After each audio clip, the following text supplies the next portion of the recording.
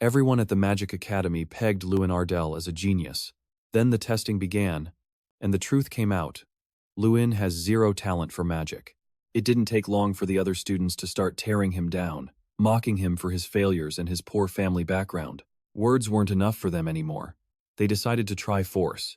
They had no clue Luen doesn't take insults to his family sitting down. When one bully finally crossed the line, Luen leveled him with a single, brutal punch. He stood tall, not great at magic, he admitted, but he still had his fists.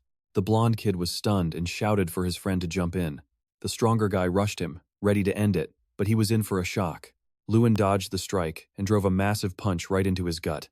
Now, the kid who was being bullied stands alone, farming aura at an endless rate. But that's where the line between a scrap and a slaughter blurred. The blonde kid unleashed real, lethal magic. The professor arrived just in time to watch a student potentially turn into a human torch. But the outcome was completely different. Luen had been lost in a dream. A towering beast loomed over him, declaring the boy was the earthly reincarnation of Darko, the legendary World Eater.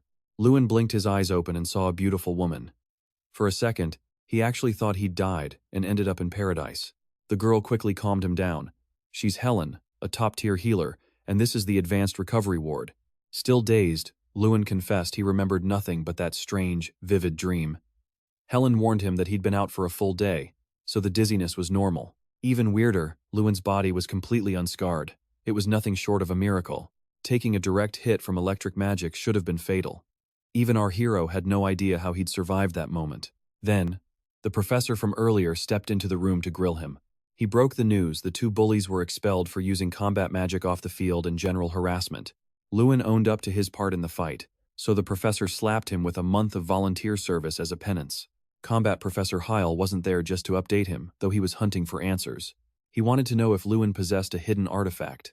Obviously, Luen had no clue what the guy was rambling about, but Heil wouldn't back down. He'd seen a red aura shield Luen's body during the attack, a feat only possible with a legendary artifact. Seeing the kid was genuinely clueless, the professor finally gave up on the theory. Suddenly, Luen recalled that strange dream. The creature had muttered something about a status window. He whispered the words, and a glowing blue panel materialized right in front of him. Just then, the healer walked back in. Luen panicked and asked if she saw it too. Helen just looked at him, deadpan, and said hallucinations were a serious medical issue. Luen laughed it off, claiming he was just pulling her leg and there was no blue window at all. Satisfied, the blonde mage cleared him to head back to his dorm. Later that night, Luen snuck out to the training field. He called for the status window again, and this time, there was something new. A simple, repeatable quest appeared, waiting for him. Luen rolled up his sleeves. What good would physical training do for a mage? He pushed his doubts aside and decided to commit. He fired a punch into the air, then another. He watched the quest counter tick up with real satisfaction. He swung again, but this time he tripped up on the form. He realized the system was strict, even the smallest error meant the rep didn't count. Under the moonlight, gasping for air and soaked in sweat, he just kept grinding. After a long, grueling session, the young man finally finished. He looked up with a small, triumphant grin. As he wiped himself down, the status window popped up to drop his reward. Before he could fully process it, something clicked inside him. He stared at his arm, feeling a new, surging power coursing through his veins. He didn't understand the mechanics yet, but he knew one thing for sure: Luen was stronger. Driven by curiosity, he decided to put his new reward to the test. He threw a punch into the air, and the difference was night and day. More power, higher speed, and less drag. He couldn't help but grin. Everything had leveled up. He was desperate to see what other abilities were waiting to be unlocked. He pulled up the status window to get the details. The first ability he'd triggered was the Circle of Strength. Luen looked puzzled for a heartbeat, but then the implications hit him. Mages build monocles around their hearts to channel power. Luen had been born with 4 more circles than anyone else his age, but his old condition made them all effectively useless. Yet now, his mana circles are gone, replaced by something else entirely, spinning deep inside. The sensation is so foreign it leaves him stunned, but his mind shifts to what this means for his future. He feels a cold dread, fearing his dream of being a mage has finally reached a dead end. Still, he refuses to give up, forcing himself to conjure the one spell that always failed a fireball. He's blown away by the speed of it and the raw, intense power thrumming through his veins. Standing in the empty training yard, Luen finally grasps the true potential hidden within that artifact. Usually, Magic takes 10 seconds just to manifest. He just bypassed that entire limit. Clenching his fist, Luen remains completely shaken by the artifact's strength. Suddenly, a system window pops up. It's a new ability called Madness Mage. It reveals that by imbuing his body with magic, he can finally fix his internal mana problem. Staring at the screen, the young man wonders how anyone could even dream up such a broken power. No time to admire it, though. The system throws him a new quest: test these powers on a target. Narrowing his eyes, he steels his resolve. He braces himself and lands a punch on a straw dummy, imbuing the strike with a fresh fireball. A satisfied smirk crosses his face as the technique hits perfectly, triggering another system reward. A moment later, he collapses, completely drained. Lying in the dirt, he doesn't look satisfied, he looks deeply troubled. He's dying to know who Draw actually was, but pure exhaustion wins out, and he drifts off to sleep. Worried classmates wake him up, but Luen just stands, completely unfazed by their panic.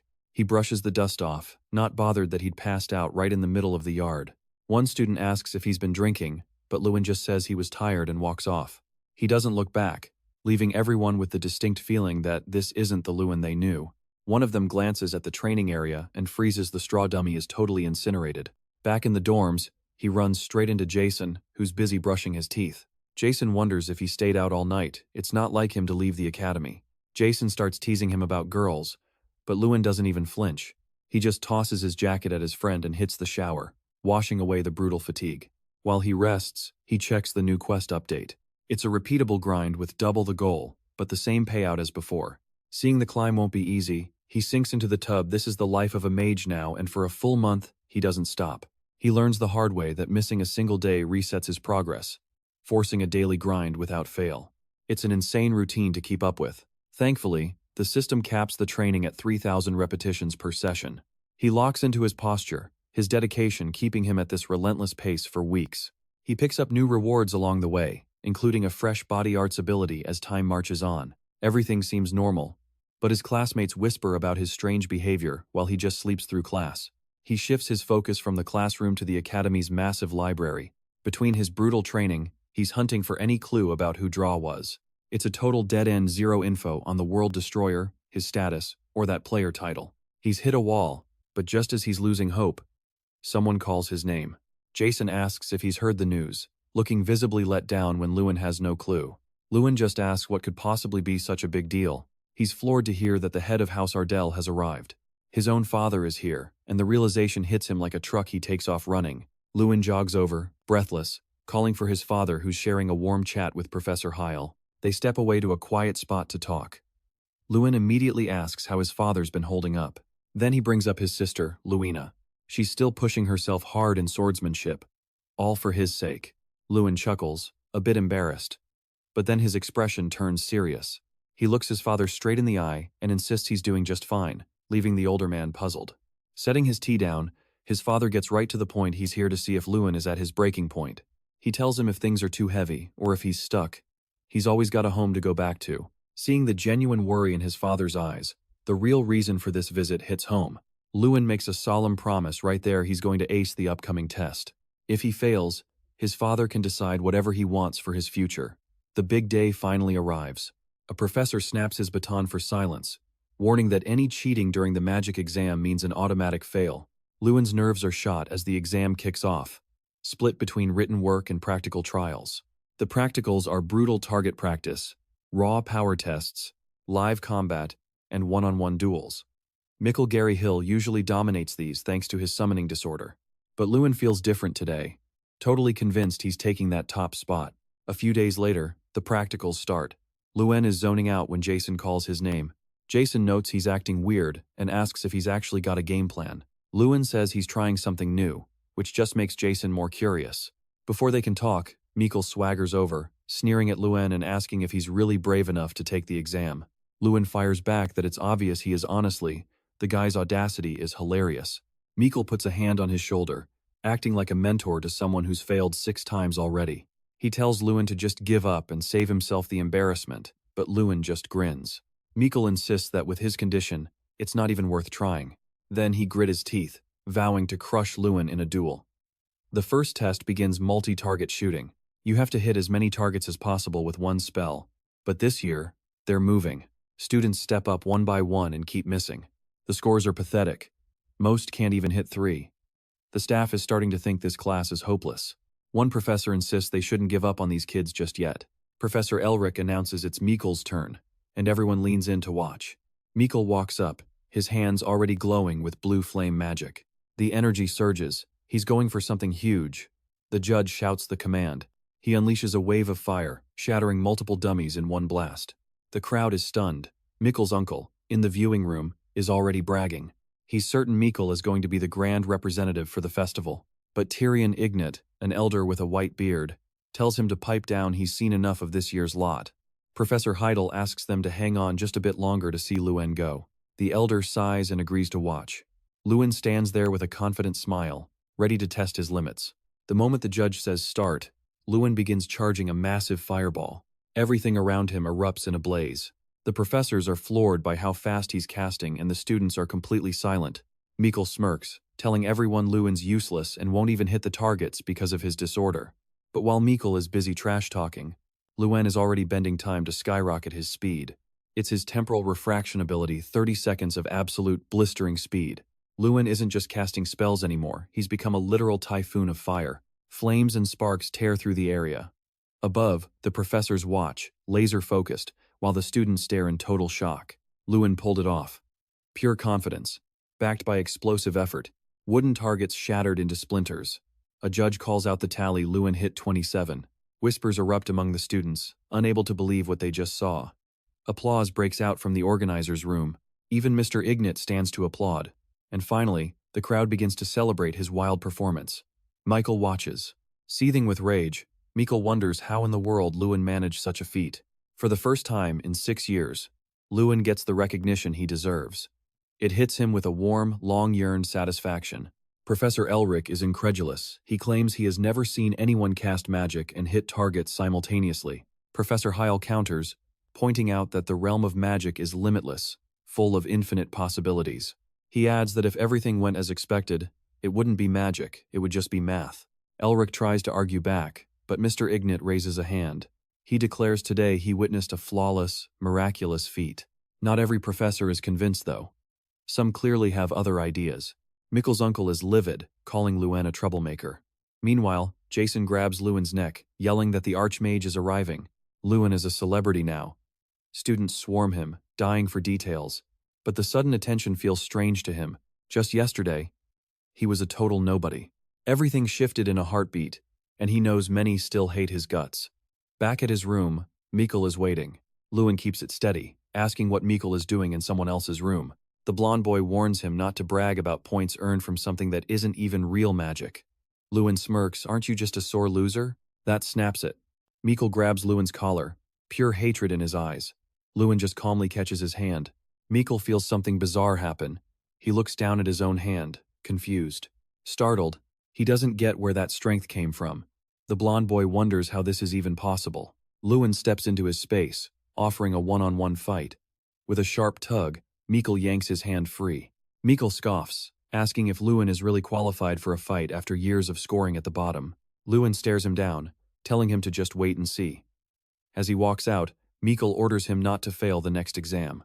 Mikkel leaves, heart heavy with resentment, dead set that Luen is going to crash and burn today. Still, he feels the lingering ache from Luen's grip. He wonders, is Luen actually a mage? Sunny day, clear sky. The students chatter near the stone statue as the second exam kicks off. Magic power measurement. The test object is the Crom statue. They need to hit it with their best magic to score. Luen checks with his friend, just hit it with whatever you trust most. The ogre statue is infamous for handing out pathetic scores. A student blasts a lightning storm at the statue. A sinister voice booms back, rating the effort at a single point. To rub it in, the voice tells the kid to give up on magic entirely. Next up is a girl with a ponytail and a confident grin. She raises her hand, telling everyone to watch closely. She instantly lets fly an ice spell at the statue. The ogre's voice says it will remember her because that was impressive, right before calling her irredeemable trash. She bursts into tears over the 2-point score. Others follow, earning awful marks and brutal, public insults. Jason starts shouting at the statue, and the judge quickly forces him back into line. Now it's Mikkel Gary Hill's turn. With total focus, Mikkel channels magic into both hands. He lets it fly, his attack slamming into multiple spots on the ogre statue. The statue sounds disappointed, asking if he's Josh Gary Hill's son. Meekle smiles, proudly claiming to be Josh's third son. The statue retorts that his father was an idiot who begged for points, and Meekle is even less talented. You'll get 27 points. The judge tells the statue to quiet down and calls for Luen Ardell. Luen scowls, fighting his own nerves. He clenches his fist, charging fire magic, and tries to lock in. Before attacking, he introduces himself. The statue replies it hasn't seen that face before. Doesn't matter, just do the exam, kid. The crowd realizes Luen is charging a massive flame mana burst. That is a 4th-class spell. Even King is surprised, watching Luen shift his stance. Then Luen leaps, surging with raw momentum. He lands beside the statue, channeling pure firepower. Focused, he slams a foot strike into the ogre. The judge gapes. Luen just transferred magic from his fist to his foot in a heartbeat. The crowd realizes they were dead wrong. That is at least a 5th-class spell. Luen sticks the landing, perfectly balanced. Whispers ripple through the arena. Could Luen be a much stronger mage than anyone imagined? But Crom reacts strangely. Luen frowns, confused by the shift. The ogre simply asks, "Who is that kid?" Luen starts to say he already introduced himself, but the statue cuts him off. "Are you Draw?" King has been waiting for Draw. Students start whispering, "Who is Draw?" The person Kingram mentioned? Our protagonist has pored over countless books lately and found zero trace of him, yet King knows him well. "So," the boy asks, "are you familiar with this individual?" The statue replies, "Yes." Sweating, Luen asks for more details about Draw. The ogre finds this intriguing. He never expected to find Draw's incarnation here. It asks the boy's name once more, then confirms, "I will remember that name, Luen Ardell." The statue starts retreating, so Luen quickly asks if it can provide his previous score. But King Ingram replies, "The evaluation is over. That magic was beyond his judgment." The judge argues that the school contract must be upheld, but it is not enough. This just angers the ogre, who claims he has evaluated kids who barely looked like mages for years. He tells Ignite to go to hell. Still, a contract is a contract. To Luen's shock, Kingram asks what score he prefers, 0 or 100 points. Luen smiles and says it is obvious he wants the 100 points. After this incident, that perfect score becomes the... Our protagonist has caused another mess.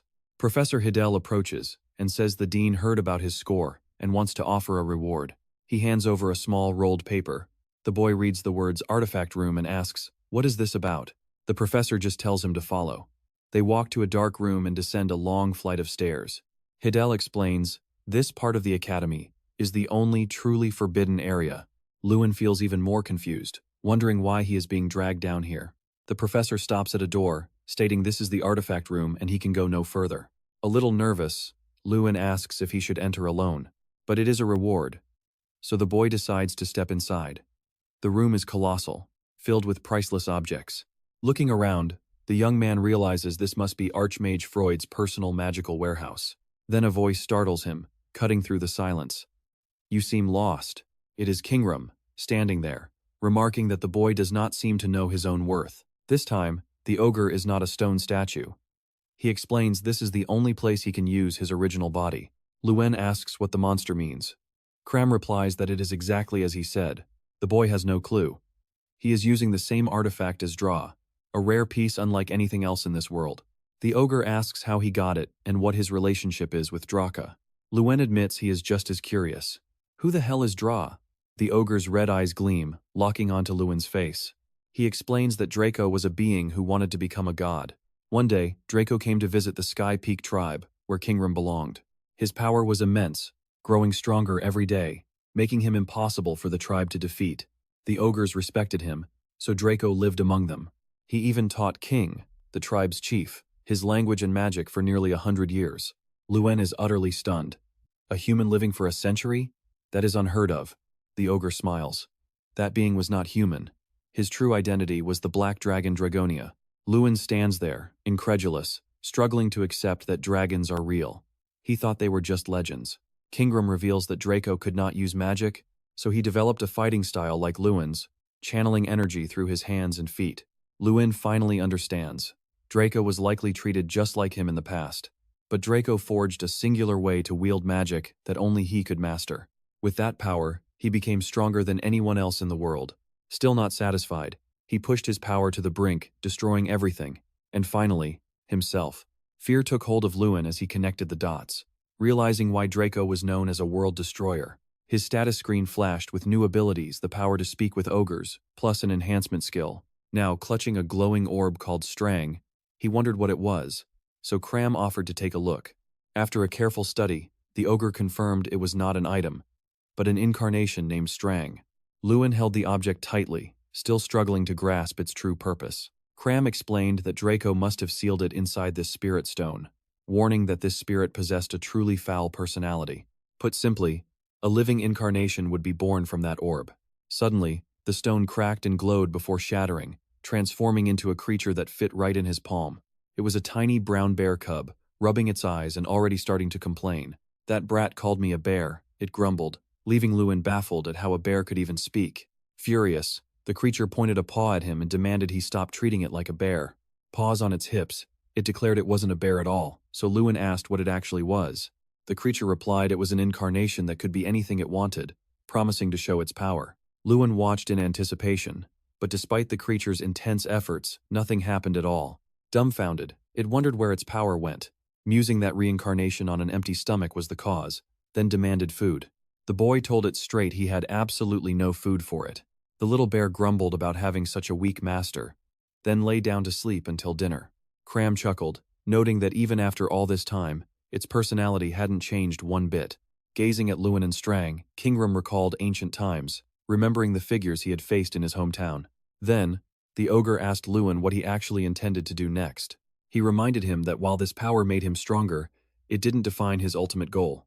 Luen remembered his true desire to protect people from demons, and to reclaim the name Ardell for those who scorned him. He realized he had too much to protect to back down now, telling them he would live by his own determination. Cram smiled, saying that was a solid plan, and that he looked forward to the future Luen would build. After that encounter, Luen's routine shifted, and he now had Strang's company for every mission.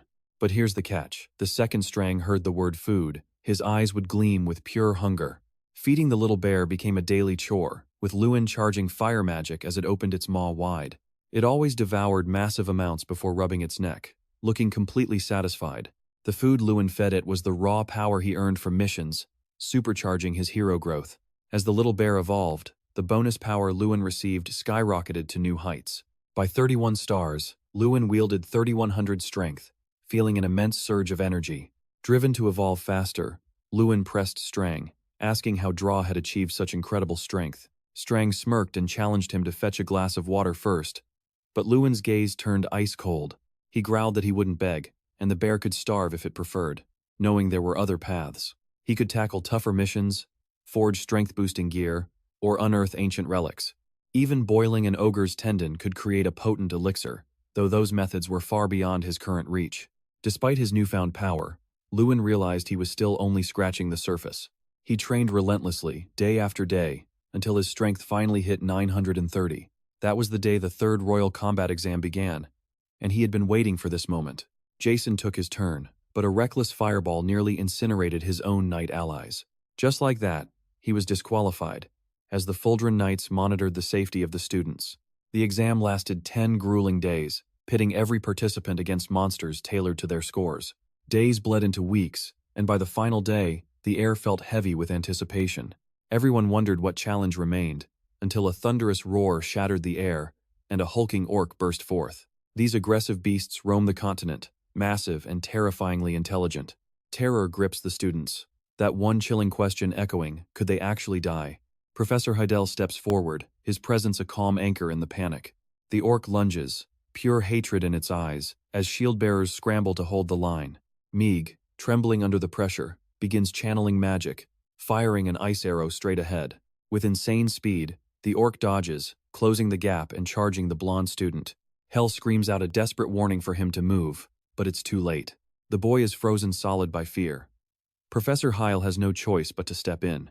He unleashes his arboreal prison, thick vines erupting from the dirt to snare the monster. The vines lock the beast in an iron grip, even coiling around its thick neck. Still, the monster thrashes to reach Mikkel, who collapses in terror, and just like Jason, Mage is disqualified. Mikkel's uncle slams his fist onto the table, his rage simmering under the surface. Disappointed by his nephew's failure, he plans to sabotage Luen, as Professor Elric questions the dean. Elric asks if they should really continue, but Ignite just raises an eyebrow. Luen is next.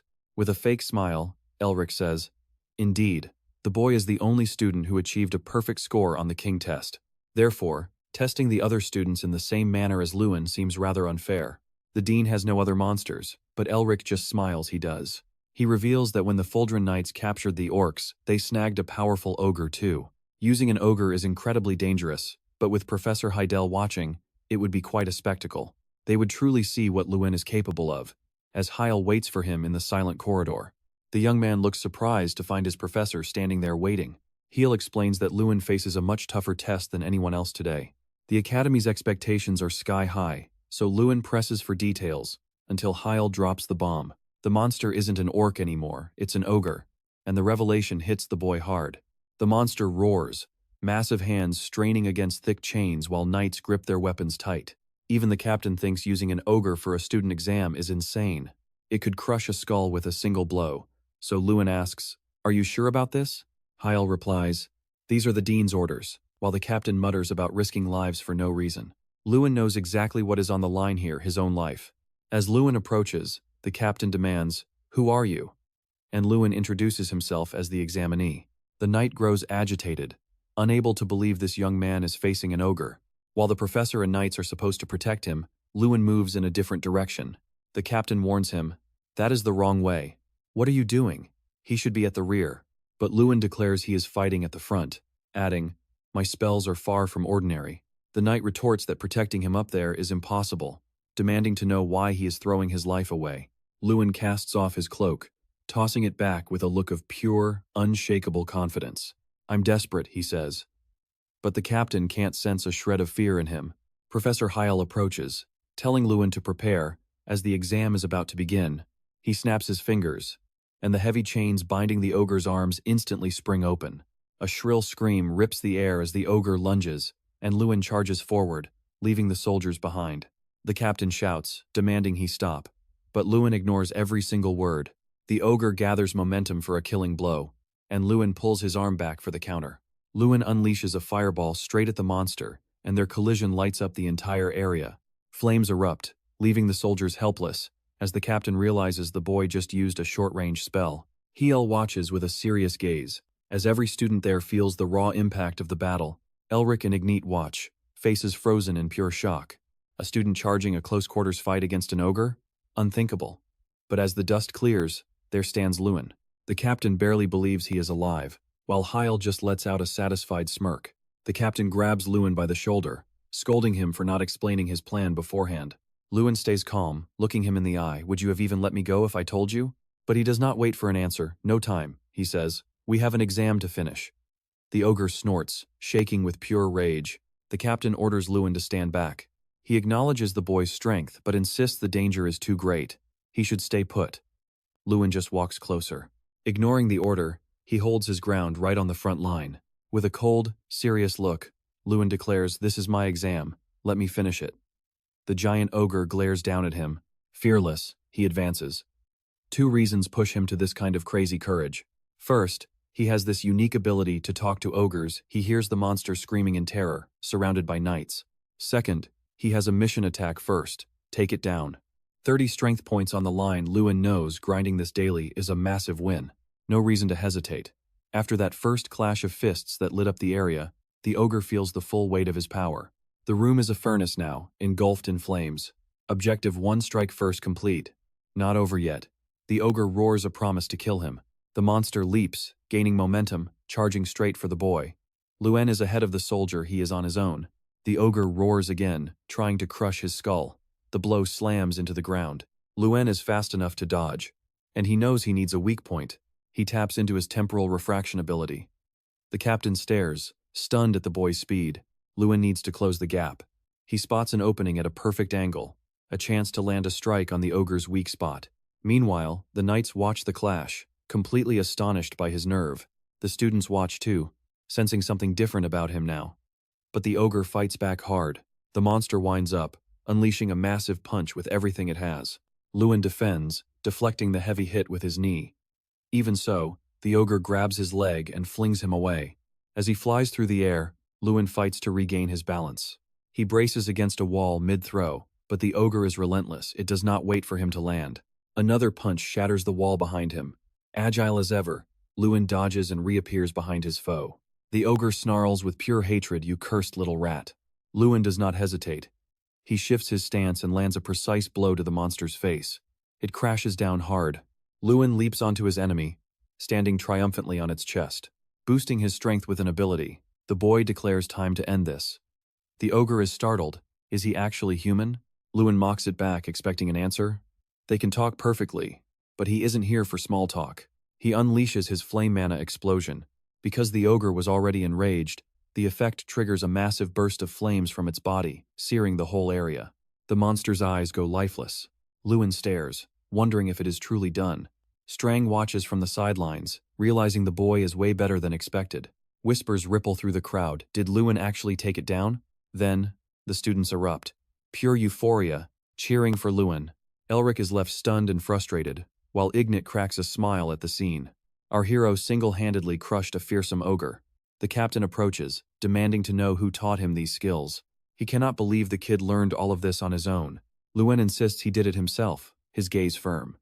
Professor Ardell steps in, and Luen seizes the chance to ask about his results. The master stays silent, lost in thought. He admitted he never thought the kid could pull off something like that. Yet again, Luen smashed every expectation. Just like that, our hero cleared the test. A confident smirk took over Luen's face when he heard. Mission complete. The system pinged a new skill unlocked, Player's Eye. Strang told him the truth. Luen was becoming a real player now. That skill was exclusive to the top tier. He could spot hidden enemies even in stealth or invisibility. And the minimap? It finally went live. 500 meters of visibility around him. Plus, he could scan targets. The upgrades just kept rolling in. Strang pointed at the ogre, used the skill. Luen triggered it. A status window snapped into view. Every crucial detail stood revealed. Luen tried to scan Professor Heil's stats next, but nothing happened. Information access was restricted. Targets with significantly higher levels were still off limits to him, but as he grew stronger, that data would unlock. Luen smiled. That was going to be insanely useful. Soon, rumors of Luen crushing that ogre spread like wildfire. Jason asked how he felt with everyone buzzing about him. A girl cut them off. She walked up. Voice, "Sweet, are you Senior Luen?" More girls swarmed in, handing over gifts and snacks. They scrambled away, blushing hard. Luen didn't care. He asked Jason if he wanted the snacks. The blonde turned red, scolding him for being so disrespectful. While Jason vented, Luen scanned him. The guy had massive potential. For days, that was Luen's routine, constantly analyzing everyone's hidden attributes. He switched topics, pushing Jason to train harder. He was sure Jason would ace the upcoming test. His skills were top-notch. He just needed a little more grit. Fired up, Jason aimed for the top 10. But then, he hesitated. Some things just felt impossible to believe. Like how Luen wasn't the same person he was 6 years ago. Luen looked up and understood that perfectly. He didn't feel like the same guy either. Plus, wild rumors were circling that Luen would surpass me and become the Academy representative. Luen stood up, cutting him off. I honestly couldn't care less about that. For Jason, it wasn't that simple. This was the year of the Grand Festival. Every 5 months, reps clashed to prove who was the best. But every 8 years, an Olympiad brought all mages together. When they align, that is the Grand Festival. It brings out the elite from every renowned academy. The winner takes home massive prize money and prestige. The hype was real, and everyone wanted to know who would represent them. During dinner, Jason insisted it had to be Luen. He was the only one who scored 100 against King Ingram. People still remembered Mikkel at the last one. Mikkel had been a disaster 4th out of 5 in individual rounds. That is how their school got stuck with the name Lasted Mia. The only way to kill that nickname was through Luen. He stayed calm. Tests aren't over. Don't get ahead of yourself. Final reps are chosen based on scores and teacher recommendations. That one-on-one test against Mikkel was coming up fast. Luen needed to stay locked in. 4 days since the combat test, Luen trained in the arena like a demon. He made a huge jump. He finally hit the 1,000-point mark in strength. Strang was ecstatic. Time to level up. As Luen prepped, a new notification hit the screen. The repetition quest leveled up. The little bear jumped on his shoulder, radiating fierce energy. Quests were twice as hard, but the rewards tripled. Strang absorbed the magic. Luen felt that power surging through his own veins. The light erupted, blinding and immense. Even Luen was stunned. Flames flared from the little bear, burning brighter every second. His eyes widened. He had no idea what this massive growth meant. Meanwhile, Professor Elric sat deep in thought. That image of Luen obliterating the ogre kept playing in his mind. He doubted Luen could take down Michael and actually win, but the odds felt slim. If Luen somehow pulled it off, he would claim the top spot. Elric couldn't let that happen. The Gary Hill family had to stay on top. After absorbing Strang's magic, the little bear finally hit rank 2. The system kicked in 200 strength points, flooded into Luen as a reward. Luen walked over, noting the bear's evolution. Thanks to him, his strength soared to 1200. Strang smirked the quest difficulty, and the rewards had both leveled up too. Luen checked his screen and confirmed it. He was already training at an advanced difficulty, so this wouldn't be impossible. Still, he had to know what did real combat training actually look like. Strang reminded him that when they first met, he had said the bear could become anything. The bear could transform at will now, within limits. Rank 5 meant he could even take human form. The creature flashed a sly grin. Did Luen want a front row seat to the transformation? Strang's body began to shift. A swirling vortex swallowed his tiny, fragile frame. The vortex expanded, and suddenly, the bear took the shape of a terrifying scarecrow. Luen wasn't exactly dazzled, saying it was not quite what he expected. But then, the scarecrow lunged.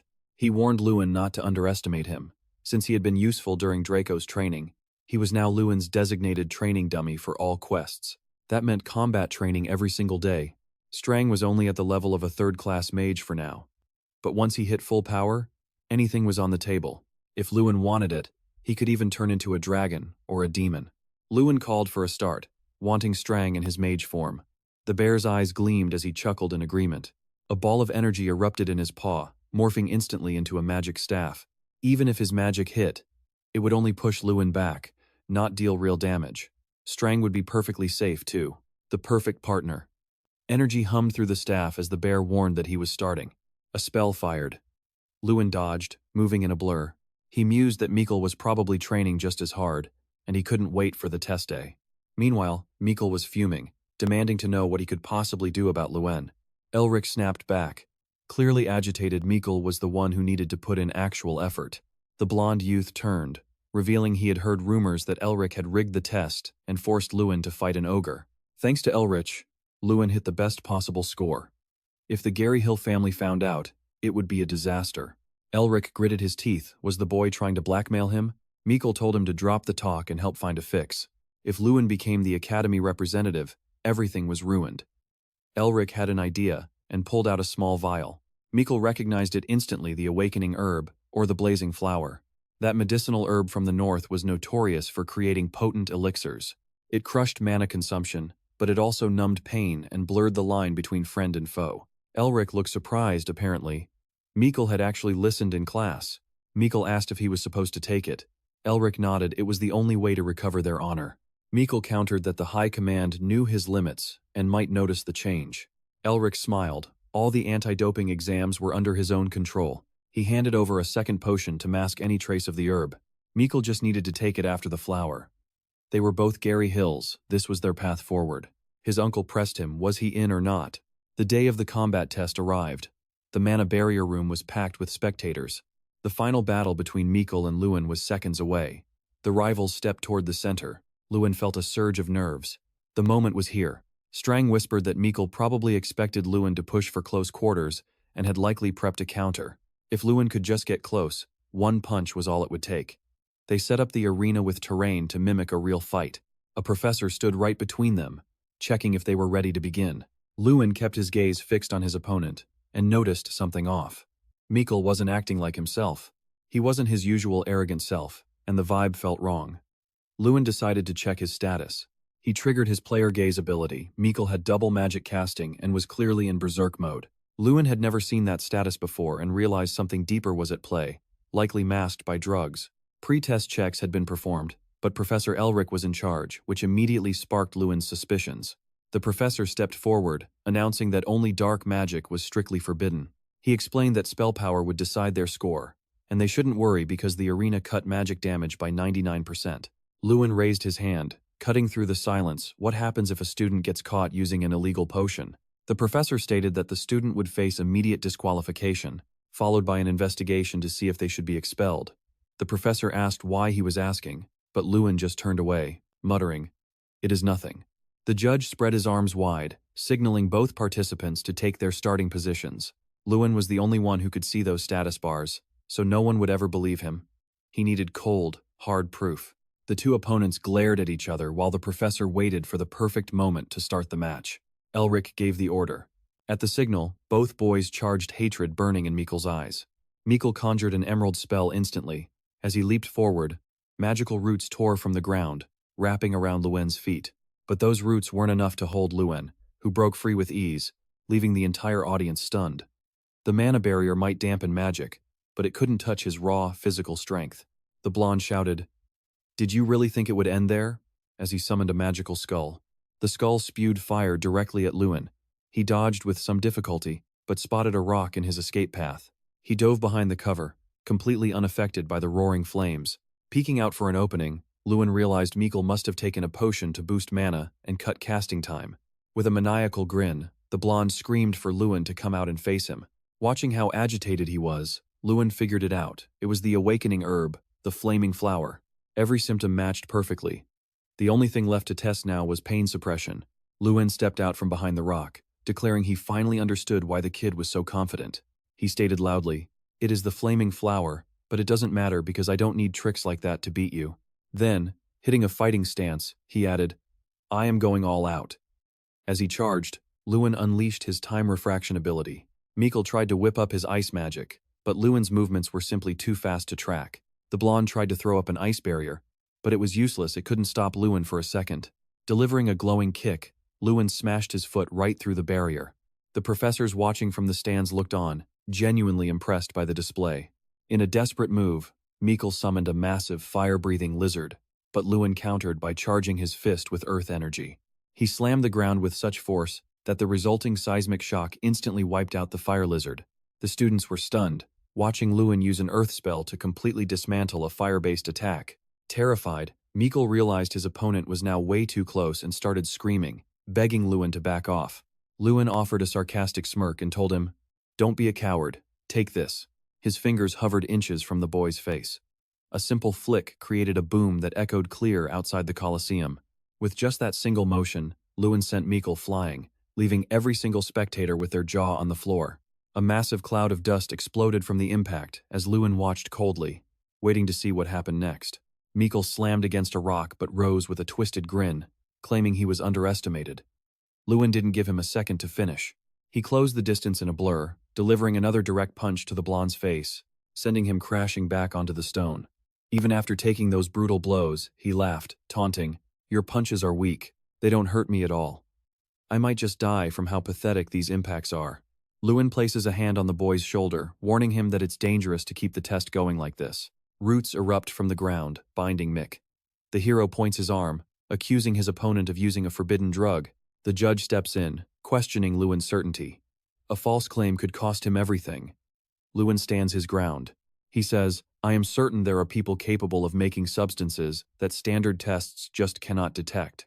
A worried Professor Elric tries to grasp what Luen is really implying here. The protagonist explains that such a drug needs someone who handles rare materials and ran the test early. Only one person fits that.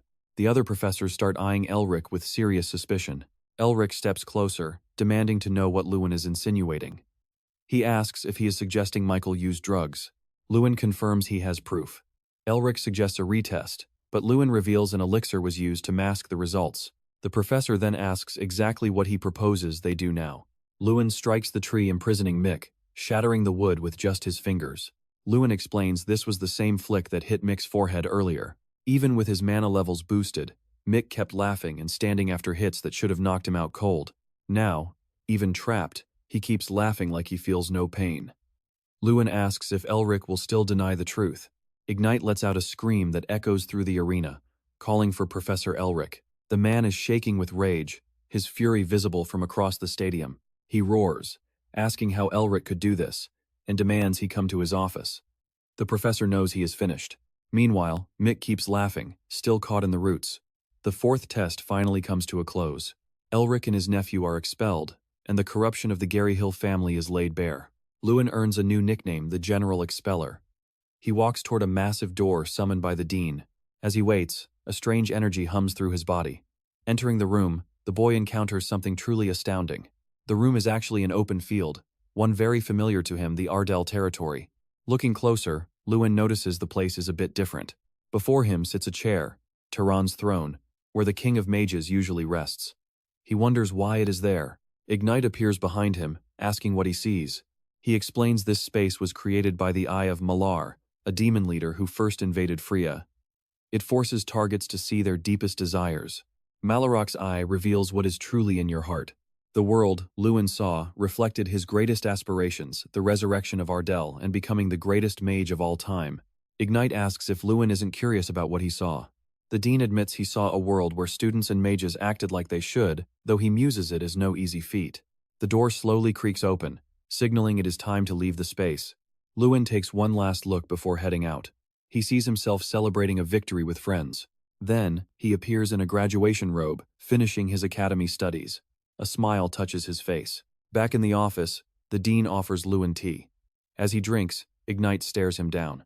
He explains he called Luen there to ask one thing: how he detected Mick using the blazing flower and stimulants. Luen swallows hard, not sure what to say. He explains Mick's aura was wrong, combined with his aggression and erratic mana flow. Ignite seems more convinced than suspicious. The protagonist decides there is no need to reveal his true ability just yet. He claims he used physical strength, and the arena only suppressed magical power. Even after taking multiple hits, Mick kept laughing, showing zero sign of pain. The only answer had to be the flower. Ignite notes that for his age, the boy is sharp and very talented. As dean, he regrets what happened, and assures Luen the Gary Hill family will not bother him again. Furthermore, Ignite has a special offer for the young man. He asks if Luen would like to join the Grand Festival this year, as the Academy representative. That question leaves Luen reeling. It is a position every student covets. He closes his eyes, trying to keep his emotions in check. Luen thanked Ignite for the offer, but he hesitated. He had zero actual experience. Not a single real battle. His mana disorder made those years a total waste, so he felt totally outclassed. The dean just shook his head. He didn't see it that way at all. To him, Luen was a prime contender for the win. A scary thought, sure, but Ignite was certain he had what it took. He was the ultimate secret weapon, coming out of the shadows. To every other competitor, Luen was a complete enigma with zero data to analyze. Luen realized they knew nothing about him, unlike me, who always lived under a microscope. Ignite asked once more, would he take on the challenge? Luen nodded. His resolve said he wouldn't let the dean down. A knock at the door interrupted them. Ignite explained that for a mage like him, body arts beat magic lessons any day. Luen recognized the man instantly. It was Gulter Pirante, who noted the student didn't look thrilled to see him. This guy was a legend leader of the Foldren troops, and one of the only rank 6 knights in the kingdom. It was Gulter who had fought right beside Luen during that brutal third exam against the ogre. Before starting, the knight needed confirmation. He'd heard from Professor Hadel that Luen was a close-range mage by necessity. Luen confirmed it with a sharp nod. From what Gulter saw in that fight, Luen's movements were already tight and efficient. Still, it was obvious the kid had never been properly trained. Those instincts were fine against an ogre, but a pro knight would tear them apart. Luen knew he was right, his movements were just repetitive habits. But Gulter promised if he listened, he could help him move past the basics. They got straight to work. A knight's foundation is his feet, so Luen had to learn how to walk all over again, master the walk, and the body arts would follow. Celestial martial arts were the standard at the training center. Luen lashed out, his arm cutting through the air with a violent gust. Beyond the sword, there were 36 core movements to master. Luen surged forward, testing a new strike with a flurry of punches and kicks. Gulter just stood there with his arms crossed, a knowing smile on his face. Luen couldn't help but wonder why. Why help him when there was nothing in it for the knight? Gulter called it an investment. Betting on a future great mage was the smartest move he could make. Truly grateful, Luen bowed low. He promised to follow his guidance, but the knight just waved him off. Just call me Hung, he insisted. Luen pushed through every session, his body a blur as he drilled those strikes into his muscle memory. Hung watched, genuinely impressed by the kid's grit and progress. He still remembered the ogre's shattered jaw. This close-range mage was an absolute freak of nature. 3 weeks later, Luen's stats were skyrocketing, and Strang had evolved to rank 3. His strength hit an insane 2,300 points. Even Strang, that little bear, was stunned by the growth. Draw took a year and a half just to hit 2,000. A shout cut through their training. Someone was calling Luen. Jason sprinted toward them, gasping for air. What happened? Luen demanded. Jason struggled to get it out. The Grand Festival list was finally up at the academy entrance. Luen remembered the ceremony where he represented the new class, only to be met with jealous glares. For 5 years, his reputation had been pathetic. He'd spent years watching me take every win, but today, everything was different. Luen raced to the entrance, a massive crowd already packing the area. His heart hammered as he scanned the board. Luen Ardell was officially the academy representative. Students swarmed him, cheering and celebrating the comeback. It took time and blood, but the protagonist had finally reclaimed his throne. Even Professor Heidel couldn't hide his shock when Gulter confirmed the kid had already mastered the celestial arts. A 16-year-old hitting 5th class? Frankly terrifying. Yet he trusted the kid had the drive to pull off anything. Time marched on. Participants journeyed to Alta, the festival's grand stage. Inside the train, students buzzed about the trip. While others reveled, Luen sat with eyes closed, trying to center himself. Some were thrilled, others scoffed. Finally, an irritated student snapped enough with the childish antics. Quiet down. Luen glanced aside, sensing trouble. It was Hanks, Mikkel's lackey, and a festival veteran. He sneered that if anyone thought Luen would pull a miracle, they should just quit now. Another spiky-haired guy chimed in, claiming Mikkel had way better odds. Finally, the arrogant youth declared he didn't even consider Luen their true representative. Luen recognized them as the bastards who used Gary Hill family connections for clout. He shot back that Mikkel must be thrilled. Seeing his little lapdogs were so loyal, they stuck around even after their master got expelled. Tension in the air ratcheted up. Hanks felt provoked, but Luen didn't back down, fuming. The lackey retorted that this was all because Luen was their representative. But Luen cut him off, stating this festival would be unlike any other. Good results here meant opportunities they would never get through the Gary Hill family. Hanks looked nervous about their academy's performance. Luen stepped closer to the pessimist and affirmed, yes, it is possible. He reminded them the festival was about collaboration, so he could not allow any interference with teamwork. Angrily, the guy demanded, "Are you planning to compete without us, Luen?" Luen urged them to think long and hard, because no Gary Hill would be left to recognize their loyalty. Hanks roared that he would not take orders from the guy. The train hurtled toward its destination. The students were stunned by the train's incredible speed. Strange started to laugh, remarking how much the world had changed. Suddenly, the cabin door burst open. A voice sneered, "I can smell the losers in here." A trio started taunting them as country bumpkins. Their uniforms marked them as students from the Oyota National Institute of Magic. That was the only school in Oyota, a desolate place renowned for its swordsmanship and brutal physical training. Luen was baffled, wondering what these guys were doing here. The baldest of the group demanded to know where Mikkel was. He even jabbed, "Don't tell me the blonde is going to be your servant." The insults kept coming. Strange commented that Luen was incredibly patient to listen to that nonsense and stay calm. Luen realized his academy was usually treated with such hostility. He fixed his gaze on the back of the carriage, seeing Professor Heil had no plans to interfere. From this moment on, authority over the team rested solely with the academy's representative. The bald guy leaned on Hank's seat and asked for Mikkel again, but a firm voice from the back shot back he is probably in bed with broken ribs. It was Luen, standing tall, deciding to shut down the invaders' show. With a deflated look, the bald guy muttered, "So, he is the academy's new representative?" He had never seen him before.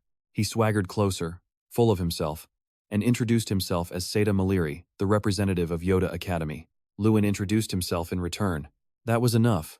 Luen ordered the guy to get out of the carriage, but not before apologizing for everything he said. Seda exploded in rage. Scoffing, he asked if he was really being told to apologize. The hothead turned to Hanks, demanding if he had not told the new representative about him. If not, then he deserved another beating to remember his place. Sizing up the situation, Luen quickly pieced it together. This had to be why all the students trembled at the sight of the Yoda guys. They had probably all been beaten down by Seda Maliri. This was a plan to crush their spirit before the competition. It seemed the grand festival had already begun. With a sarcastic smirk, Luen challenged Want to throw down. "Hothead?" Seda's fury intensified, and he began winding up a punch to strike Luen. But before he could land it, a cloaked figure appeared, ordering him to stop. Seda instantly calmed down, calling the man professor. The professor reprimands the boy. He looks at H. Heil, apologizes for the chaos, and shoves Seda back into his seat. The bald guy storms off, clearly vowing to get back at Luen. Luen stands his ground, realizing that being a representative won't be easy. Back in the Yoda carriage, Seda demands to know why the professor interrupted them, since the professor himself suggested this plan. Shaking his head, Professor Heil asks if Seda missed the fact that he was actually smiling. Professor Heil had been smiling while watching the bald guy, as if he expected the whole scene. It's hard to tell if it's pure confidence or something else, but Luen definitely holds secrets, and he is nothing like the Meek they faced last time. Seda falls silent, pondering the words.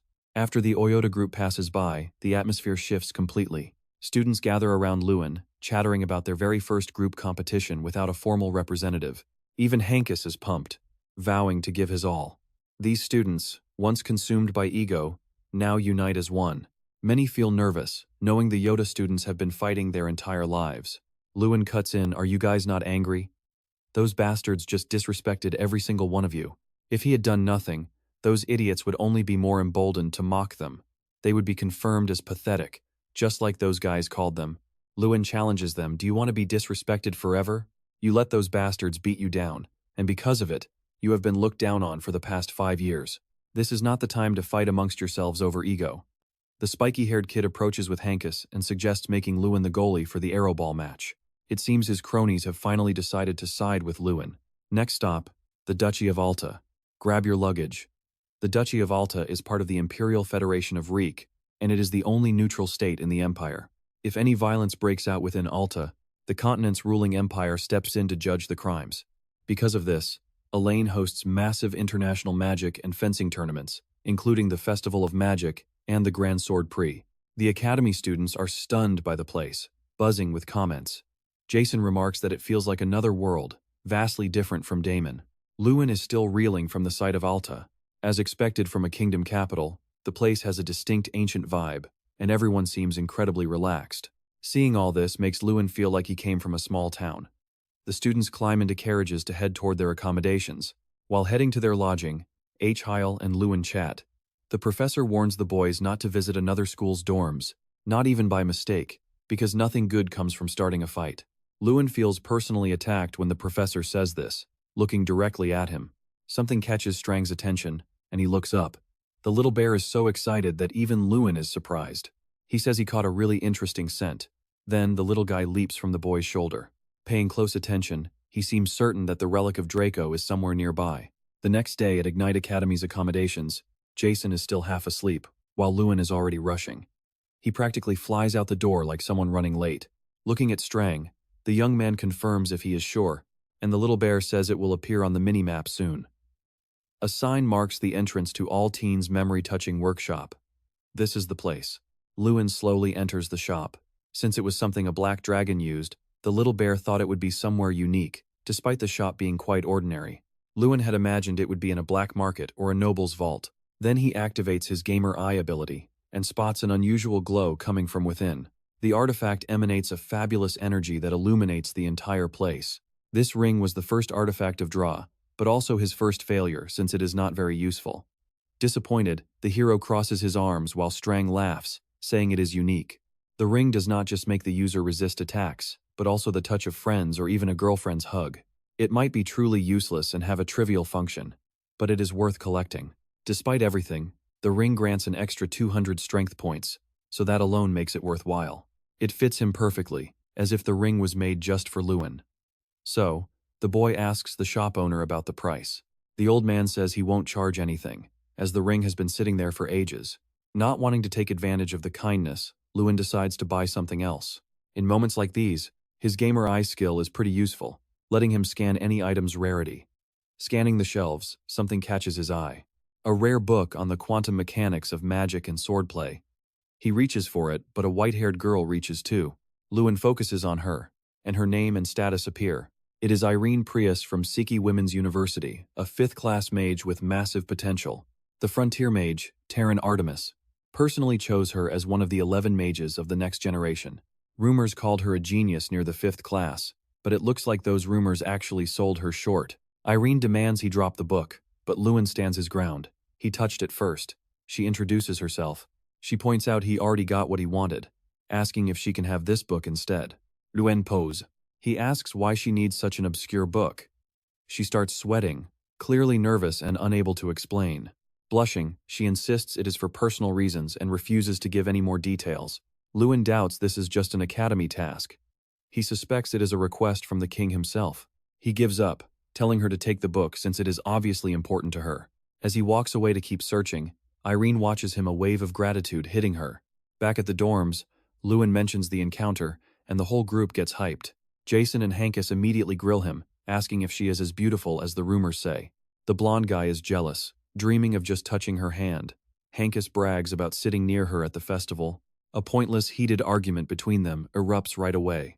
Luen cuts in, noting that Irene is actually incredibly strong, ranking top 2, always losing to Doom Prime. This rival is the top talent at Rain School of Magic and Soldier Training. He is the most recognized mage on the continent, and wields the fabled Sword of Radiance. Luen realizes Irene needs that book to counter Doom Prime. But being a magic swordsman is brutal. Swords struggle to channel magic, and mastering those specific skills is no easy feat. Yet Doom Prime is built different. His sword is a rare artifact, and his skill dwarfs any normal knight. Jason starts grumbling about the guy's insane luck, skilled, rich, handsome, and armed with an artifact. Luen stays deep in thought. Irene mastered 5th class magic at 16, yet Prime still beats her. He wonders if he even stands a chance against these absolute geniuses. He is supposed to be a nobody, but Ignite's words echo in his mind. He is a candidate for victory. He closes his eyes, vowing to test his strength. Suddenly, the door bursts open as a spiky-haired kid rushes in. He shouts that the festival's opening ceremony schedule just dropped. That news snaps Luen out of his focus. He stands up, ready to head out. His mind is locked on the grand festival. Students from everywhere are waiting for this moment. Our hero is anxious, desperate to know his matchup. Symbols flash until a voice reveals their opponent, Mongols. Luen glances back while that person continues to boast about an easy win. Seda remarks that drawing Ignite first is lucky. Time to have some real fun. Luen knows Oyota Academy is the worst opponent, notorious for dirty tactics that have scarred many students. Seda keeps mocking them, claiming their opponents are too weak to even serve as a warm-up. The insults fly, sparking laughter among the Yoda students nearby. Luen smiles, deciding right now to prove that Ignite Academy has changed for the better. He walks right up to Seda, saying he has been waiting for this chance to introduce himself. With a firm voice, he greets them all. He adds one request: never call them that name again. He finds it incredibly rude. That attitude completely stuns the arrogant Seda. Luen has been stuck in last place too long, and he is done with it. He is fighting for the top spot. The Oyota students just rally, refusing to stop the mocking. Seda scoffs, demanding to know who Luen thinks he is. Luen recalls his dean's words, a powerful new resolve igniting in his mind. He marks himself as the ultimate trump card, never retreating again. Back in the Oyota Academy dorms, a heated debate breaks out. The boys argue over Luen Ardell's true identity, and after some digging, they unearth his past as a failed student. Then, at the semester's end, he scored a staggering 180 points, transforming into a prodigy. They conclude his surge of confidence must have sprung from that unexpected success. Seda remembers his professor's cryptic warning Luen possesses something they haven't grasped yet, but he quickly brushes off the concern, dismissing them as mere weaklings. Stretching leisurely, he vows, "I will deal with them soon enough, the traditional Oyota way." Back at Ignite Academy, tomorrow looms the Mana Grenade launch event, a fierce team competition where everyone participates, save for the representative. This challenge pits participants against mithril golems, throwing mana grenades to destroy them. The team that shatters them fastest claims victory. A worried student approaches Luen, his voice laced with doubt. "Will we really be okay without our protagonist?" Luen admits, compared to Oyota Academy, Ignite truly lacks individual talents. Yet, he knows deep down that victory is still within their grasp. As a group competition, if they work as one, they can absolutely win. They need to split into specialized groups immediately. One group will forge the mana grenade, the second will transport it, the third will launch the assault on the golems, and the fourth will sabotage the opposing team by healing their golem. The students exchange uneasy glances, protesting. That method will take forever to defeat the golems. Luen, eyes narrowed in concentration, begins to formulate a precise plan.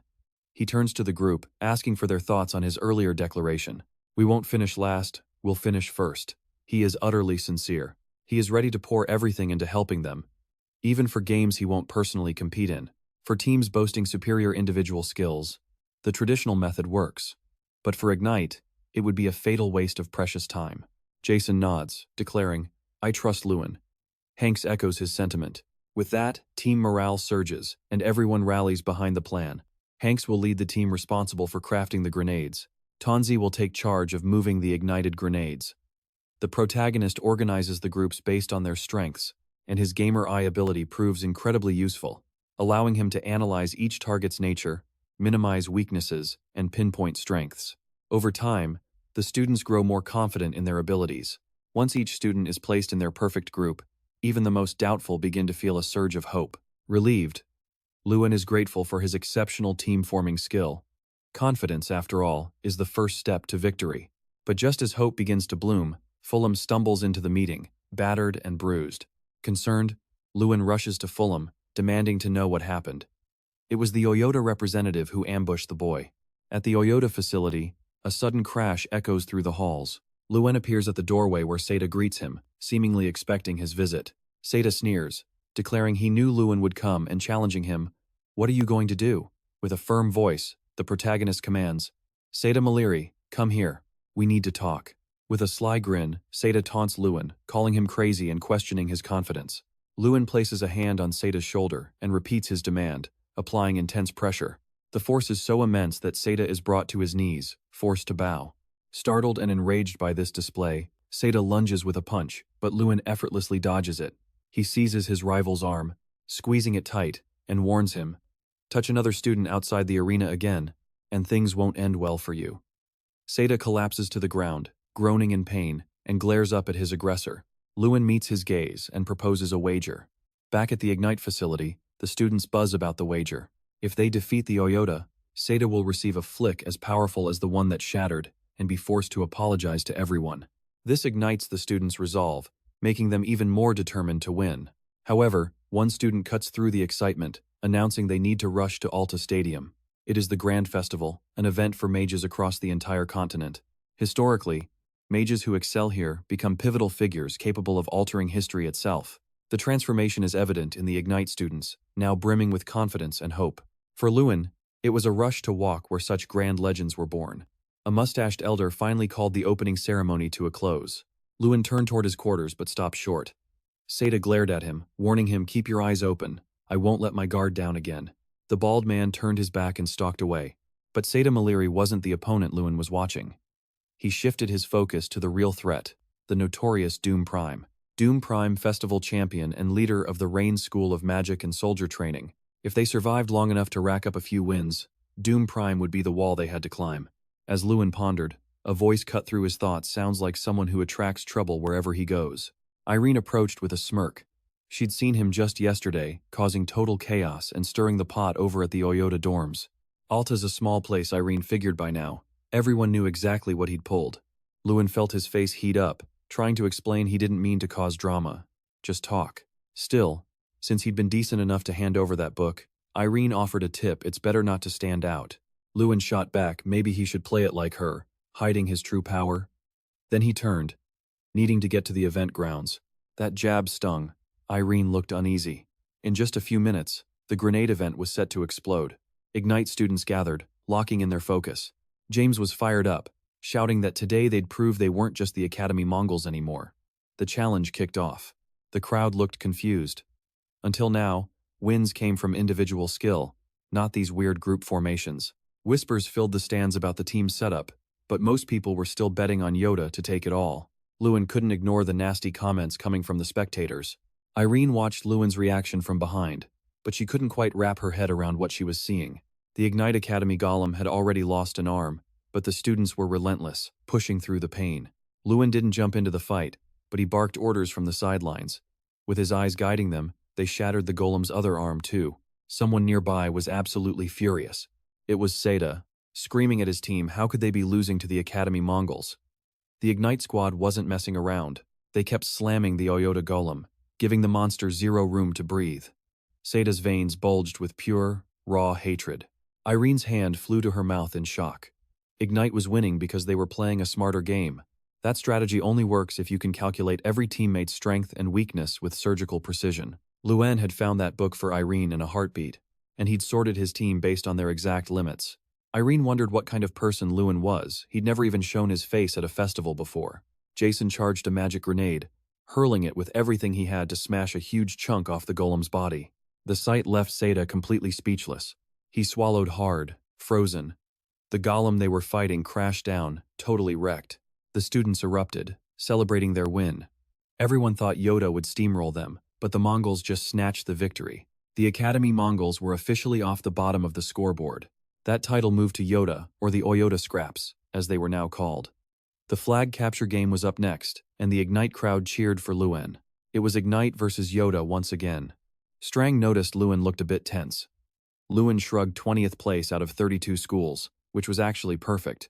People were watching them after that last win, but it still wasn't enough to drop the loser label. He needed one overwhelming victory.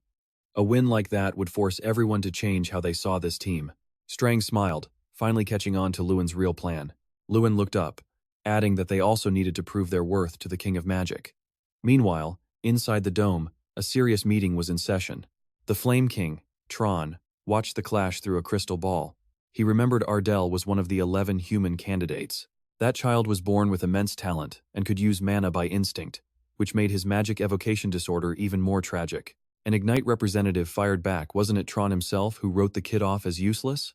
That question made the man with the long white hair, Tron, let out a dry chuckle. He thought Ignite's choice of representative was pathetic, and he didn't see any real plan behind it.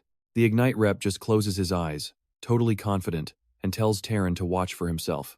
Strang presses Luen on his strategy. Luen needs to close the gap on Seda. He just says he will fight his own way, head high, and leave it all on the stage. The referee is about to start. The second the match begins, Luen lunges. Seda, mana surging in his hands, snarls that Luen will pay for his dorm stunt and summons a battle guardian. That armored behemoth blocks Luen's path. But Luen uses time refraction, effortlessly dodging the knight's charge. In a flash, he is behind Seda, his speed leaving the guy completely lost. Seda throws up an arm, but Luen just catches his punch like it is nothing. Grinning, Luen tightens his grip, telling him he figured as much. Shaking with fury, Seda snarls for him to let go. Luen keeps his cool, telling him he really does not want to say that, especially since his summoned guardian is charging right at his back. Sweat beads on Seda's brow as he frantically screams for it to stop. The spear tip is inches from his face, and to his horror, Luen's iron grip keeps him totally paralyzed, with memories of that dorm humiliation flooding back. The raw power radiating from Luen is just undeniable. Resigned, Seda closes his eyes, certain he has lost. He braces for the hit, but nothing happens, so he cautiously peeks. Luen unleashed a blazing punch, shattering the guardian. Seda stares, totally dumbfounded. Luen punched an iron guardian with his bare hands. Severely damaged, the construct starts to crumble to pieces. Seda collapses, still reeling. With the knight gone, Luen walks toward his rival, who just stares up from the dirt. Seda stammers, asking if Luen saved him. Luen just scoffs, his question hanging in the air. He asks why he would save someone who hurt his classmates, because in reality, Luen just wanted to end this himself and asks if he forgot their bet. A mischievous glint flashes in his eye, and he just gives a little flick. The instant Luen's fingers brush Seda's forehead, he goes soaring like a leaf in a hurricane, thinking only of how surprisingly blue the sky is. The whole stadium erupts in noise. Spectators gape at the move while Ignite Academy roars, acting like they just won the whole championship while the crowd buzzes over Luen. But this display catches the eye of someone much more powerful, as the Frontier Mage watches, utterly incredulous. He is the sole 8-star mage, revered as a demigod, and he has never witnessed a feat like that. His eyes betray his shock. Peering through his crystal ball, he wonders who this young man really is. Barely containing his curiosity, the Frontier Mage is dying to know exactly who Luen Ardell is. A mix of curiosity and fury hits the king, and he demands that Ignite reveal everything he knows about Luen. The Lord bows his head, silent for a moment. Then Ignite describes the boy as the most ordinary student, someone everyone expected to just quit. And yet, he somehow forged those weaknesses into an unstoppable strength. That, Ignite concludes, is all he knows about Luen for now. As he rises, the king says he knows Tyrion is trying to protect the boy, but he thinks he should summon him and speak personally. Ignite stands too, warning the king that if he tries to force an answer, he will be stopped, no matter the cost. This gets a sarcastic smirk from the king, who asks if Ignite is going to preach about the mage's right to secrets, the so-called Milia's oath. The king concludes he will have no problem exchanging a few words with the boy. Ignite thinks he will find a way to learn more about the magic he witnessed in young Luen Ardell. Far away at a pub, a weary Luen clutches his head, groaning that they just wanted a competition. He says they should be prepping for the next round, but instead, the guys are celebrating like there is no tomorrow. Jason walks up to his friend, telling him to celebrate their first win. since it is a festival after all. Elaine's drinks are right there, and Luen eyes the bottle, asking what it is. Showing the label, Jason explains it is the region's special, and one sip feels like kissing a dragon. He pushes, promising one gulp will bring amazing sensations. But their talk is shattered when Luen spots something, and Seda appears looking like a lost puppy. All the Ignite Academy students are stunned by his presence. Jason steps forward, saying he knows Seda's pride is hurt but asks him to leave, while Luen wonders why the bald guy is here looking for a fight. With a calm voice, Seda declares he is here to apologize, and it leaves his two friends stunned. Seda asks for forgiveness for underestimating them. After losing to Luen, he realized he shouldn't look down on anyone. There are many stronger people out there, and he admits he has made plenty of mistakes. Jason is utterly confused by this change. To finish his speech, Seda bows respectfully and apologizes once more. Luen stays silent. The other students at the table feel a knot in their stomachs. A truly bizarre situation. Then the Yoda student says sorry for ruining the mood, but as he turns, Luen calls his name, asking if his apology came from the heart. With a sincere gaze, Seda affirms it was genuine, drawing a real smile from our protagonist. Luen extends his hand, thanking him for apologizing like a true man. Though Seda still looks quite sad, he accepts the gesture. The Ignite Academy students finally accept the apology and return to the party. Everyone laughs, hugs, and drinks in the festive mood. But that one word echoes in Luen's head. Atmosphere. His friends approach, asking if he is okay. Next day, our protagonist wakes up to his first ever hangover. Classmates laugh, asking if he got amnesia from the dragon kiss. Last night, Luen was crying and thanking his classmates for believing in him. To think the perfect, Luen had a dark side too. Mortified, he retreats from the room.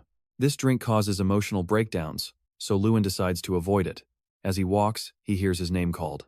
Seda appears, all smiles, asking if he slept well.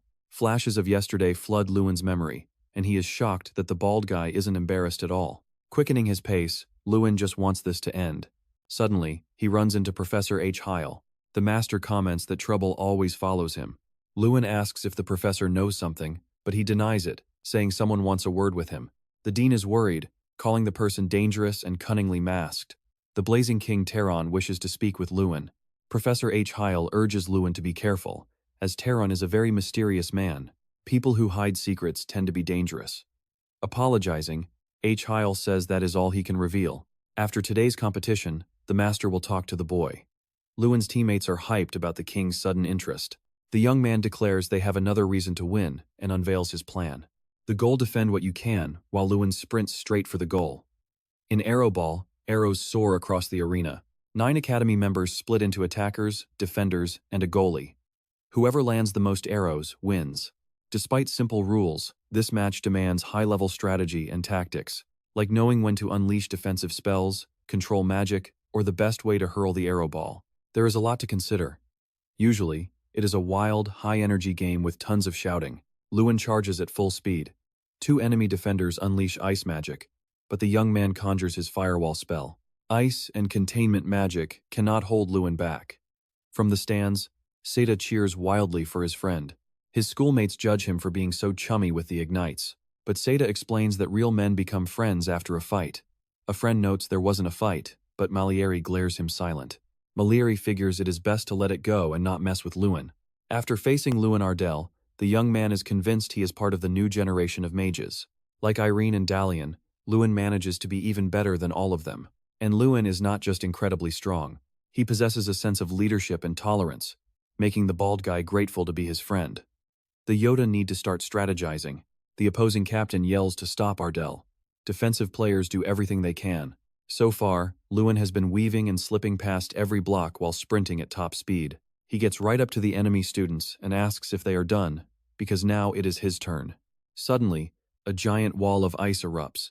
Gritting his teeth, Luen winds up a powerful punch to shatter the barrier. Shards of ice fly towards the defenders, who dive to the ground to dodge the projectiles. James snaps back. Do the others not matter as long as they get Luen? He lunges and snatches the arrow mid-air. The enemy students freeze. They know exactly what this move means for them. Blonde player fires a powerful thrust, and the arrow soars true. 1 score for the Ignites, changing the game completely. Even trailing by 2 points, the opposing team keeps their eyes glued to Luen. But Jason and the others spot the openings instantly. The enemy defense cracks, shatters, and collapses under the pressure. Up in the stands, the crowd is stunned. They can barely believe what they are witnessing. The opposing team is cornered, ready to give up. These games usually only see 3 or 4 goals total. Ignite Academy already has 11 goals to 0. It is a total blowout. Luen's school has crushed them. The losing students trudge off. Disappointed, they finally realize Luen was not bluffing about being a champion. Ignite Academy morale is hitting the roof. But before they can celebrate, a voice calls out for Luen. Professor H. Heil steps into the room. He has the meeting date set for 7 this evening, right at dinner time. A mysterious man sips his wine, watching the landscape, waiting for Luen to arrive on an empty stomach. Our protagonist walks to the meeting spot until Ignite calls him over, pointing toward the right room. Luen greets the king and they head inside, passing through a swirling purple portal into a different world. As he steps into the room, someone welcomes him. The air thrums with raw mana. Luen senses it instantly and asks if the man is a dragon. In truth, he is a mage walking the line between human and demigod. The legendary flaming king, Terran. A feast fit for royalty covers the table. Terran carves a steak and admits he already knows a few things about this young man. 5 years ago, he was hunting for the 11th child. Luen was a candidate but a completely different person back then. Terran cuts to the chase. He wants to know what happened to turn the young man into who he is now. Luen realizes his own existence is proof that the Boundary Mage's past judgment was flat out wrong. Terran stares him down, wanting to hear that he was not wrong. Luen remains polite. He tells the King of Mages one thing. Terran smiles. Luen says his talents may be inadequate, but his effort is not. The mage scoffs at the word effort. He notes that student and teacher sound the same. Ignite uses that word too. Terran demands to know what kind of effort he actually made. With a sharp edge, the mage questions if it is even believable that he trained enough to outmatch an ogre and cast magic without chanting, or if there is some other trick like a hidden artifact. He has never heard of such an artifact, but Ignite cuts in, suggesting they leave it at that. Terran agrees, noting there will be plenty of competitions coming up. He will be watching every move Luen makes to see if that effort works against his own children. Luen smiles and tells him to keep watching. Standing up, the young man admits he is curious too. How different are the children chosen by the King of Mages, really? Terran's gaze shifts instantly. That sounded like a challenge. Meanwhile, the stadium is roaring. The crowd is going wild. Ignite thanks the King of Mages for staying so polite. Terran jokes, did Ignite really think he was going to eat the student? He says he always treats talented mages well. It was just curiosity. Ignite asks if that curiosity was finally satisfied. Terran admits the boy kept his secrets, so nothing was satisfied today. But something else has bloomed, a new curiosity. That audacious rascal just gave him a subtle warning. Ignite asks Terran to go easy on the youth. Luen never even flinched in front of a king, where others would be begging and groveling. That makes him truly fascinating. It even makes Terran wish the child he is raising could be a little more interesting too. The crowd explodes in cheers. Most are chanting for Doom, but the young man looks grim. This cheering means nothing to him. Suddenly, a young man rushes over to tell him something. He whispers into Doom's ear. Doom asks if he is certain. The boy confirms he saw Ardell head to the magic tower with his own eyes. Doom clenches his fists. The Flaming King held a private meeting with someone else? Not him? Doom has heard Luen is tough because of his unique magic, but he never bothered to pay attention. He never considered him a worthy opponent. However, Terran shouldn't just be curious because the boy is unique. The sight of the King of Mages chatting easily with Luen flashes in Doom's mind. Suddenly, a loud noise echoes down the hall. Doom punches the wall, consumed by raw rage. He decides he won't forgive Ardell. He's the only one who should have Terran's approval. The doors to Terran's room burst open and Luen steps out, looking totally shocked. He just stumbled upon a legendary figure, Doom Prime, who glared back with a nasty expression. Without hesitation, Luen demanded to know what kind of talk Doom just had with the king. Stunned, Luen asked if that was why Doom was waiting. But Doom ignored him, insisting Luen answer his question first. Seriously, Luen questioned if he had any reason to tell him anything at all. As Doom slowly drew his sword from its sheath, he declared there was no reason, but he insisted on knowing. Disbelief etched on his face. Luen wondered if Doom was really looking for a fight right here, right now. He then asked Doom if he expected them to brawl right there, far from the stadium. Doom, utterly unfazed, replied that if that's what it came to, he was more than ready. The two young men locked eyes. The tension was heavy, the air in the corridor growing thick with it. Prime was undeniably powerful. Luen couldn't spot a single weakness, but it was almost unbelievable that Doom dared to draw his blade so far from the stadium. The steel was barely out of its sheath when a voice commanded them to stop. It was Irene Prowse, stepping in to break up the fight. The young woman remarked that it looked like some kind of meeting had been arranged. Seeing as everyone was present, Luen mused that there wouldn't be any meeting. Though he had been planning to create a welcoming space for a reception, the scowling young man simply ignored them both, turned his back, and walked away. Luen then asked if Doom was always so sensitive. Irene explained that normally Doom was so quiet you barely heard his voice, but today was definitely an exception. Doom Prime's sensitive side flared up whenever King Tron was involved, as he'd do anything to earn his recognition. Doom might have gotten angry, thinking Luen was getting some special attention from the king. The girl looked at Luen with a friendly smile and asked if he was really ready to fight right then. Luen replied, no. He believed Doom himself was just trying to scare him because if they fought, both could be disqualified. Cheekily, Irene asked if it worked and if Luen got scared. Prime truly was like a thick wall, not easily breached by any attack. But Luen believed that no matter how thick the wall, if you hit it repeatedly, it would eventually crumble. This made Irene burst out laughing, declaring Luen was truly a strange one. Either way, it was good to be careful because Doom Prime wasn't known for compassion, and from now on, his eyes would be glued to Luen. Later, in the Ignite Academy dorms, Jason was utterly disappointed and complaining non-stop.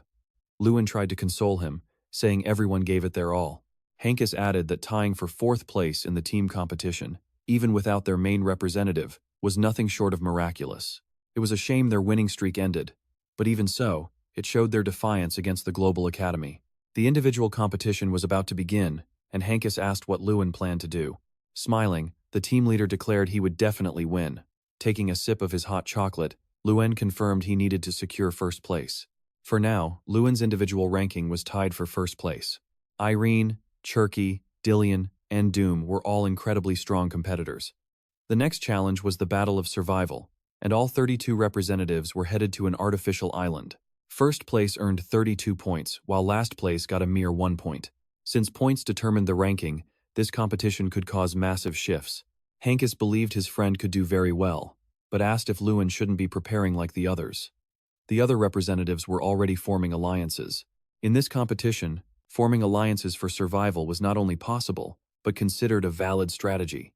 With others potentially acting as teams, it would be virtually impossible for Luen to handle everything alone.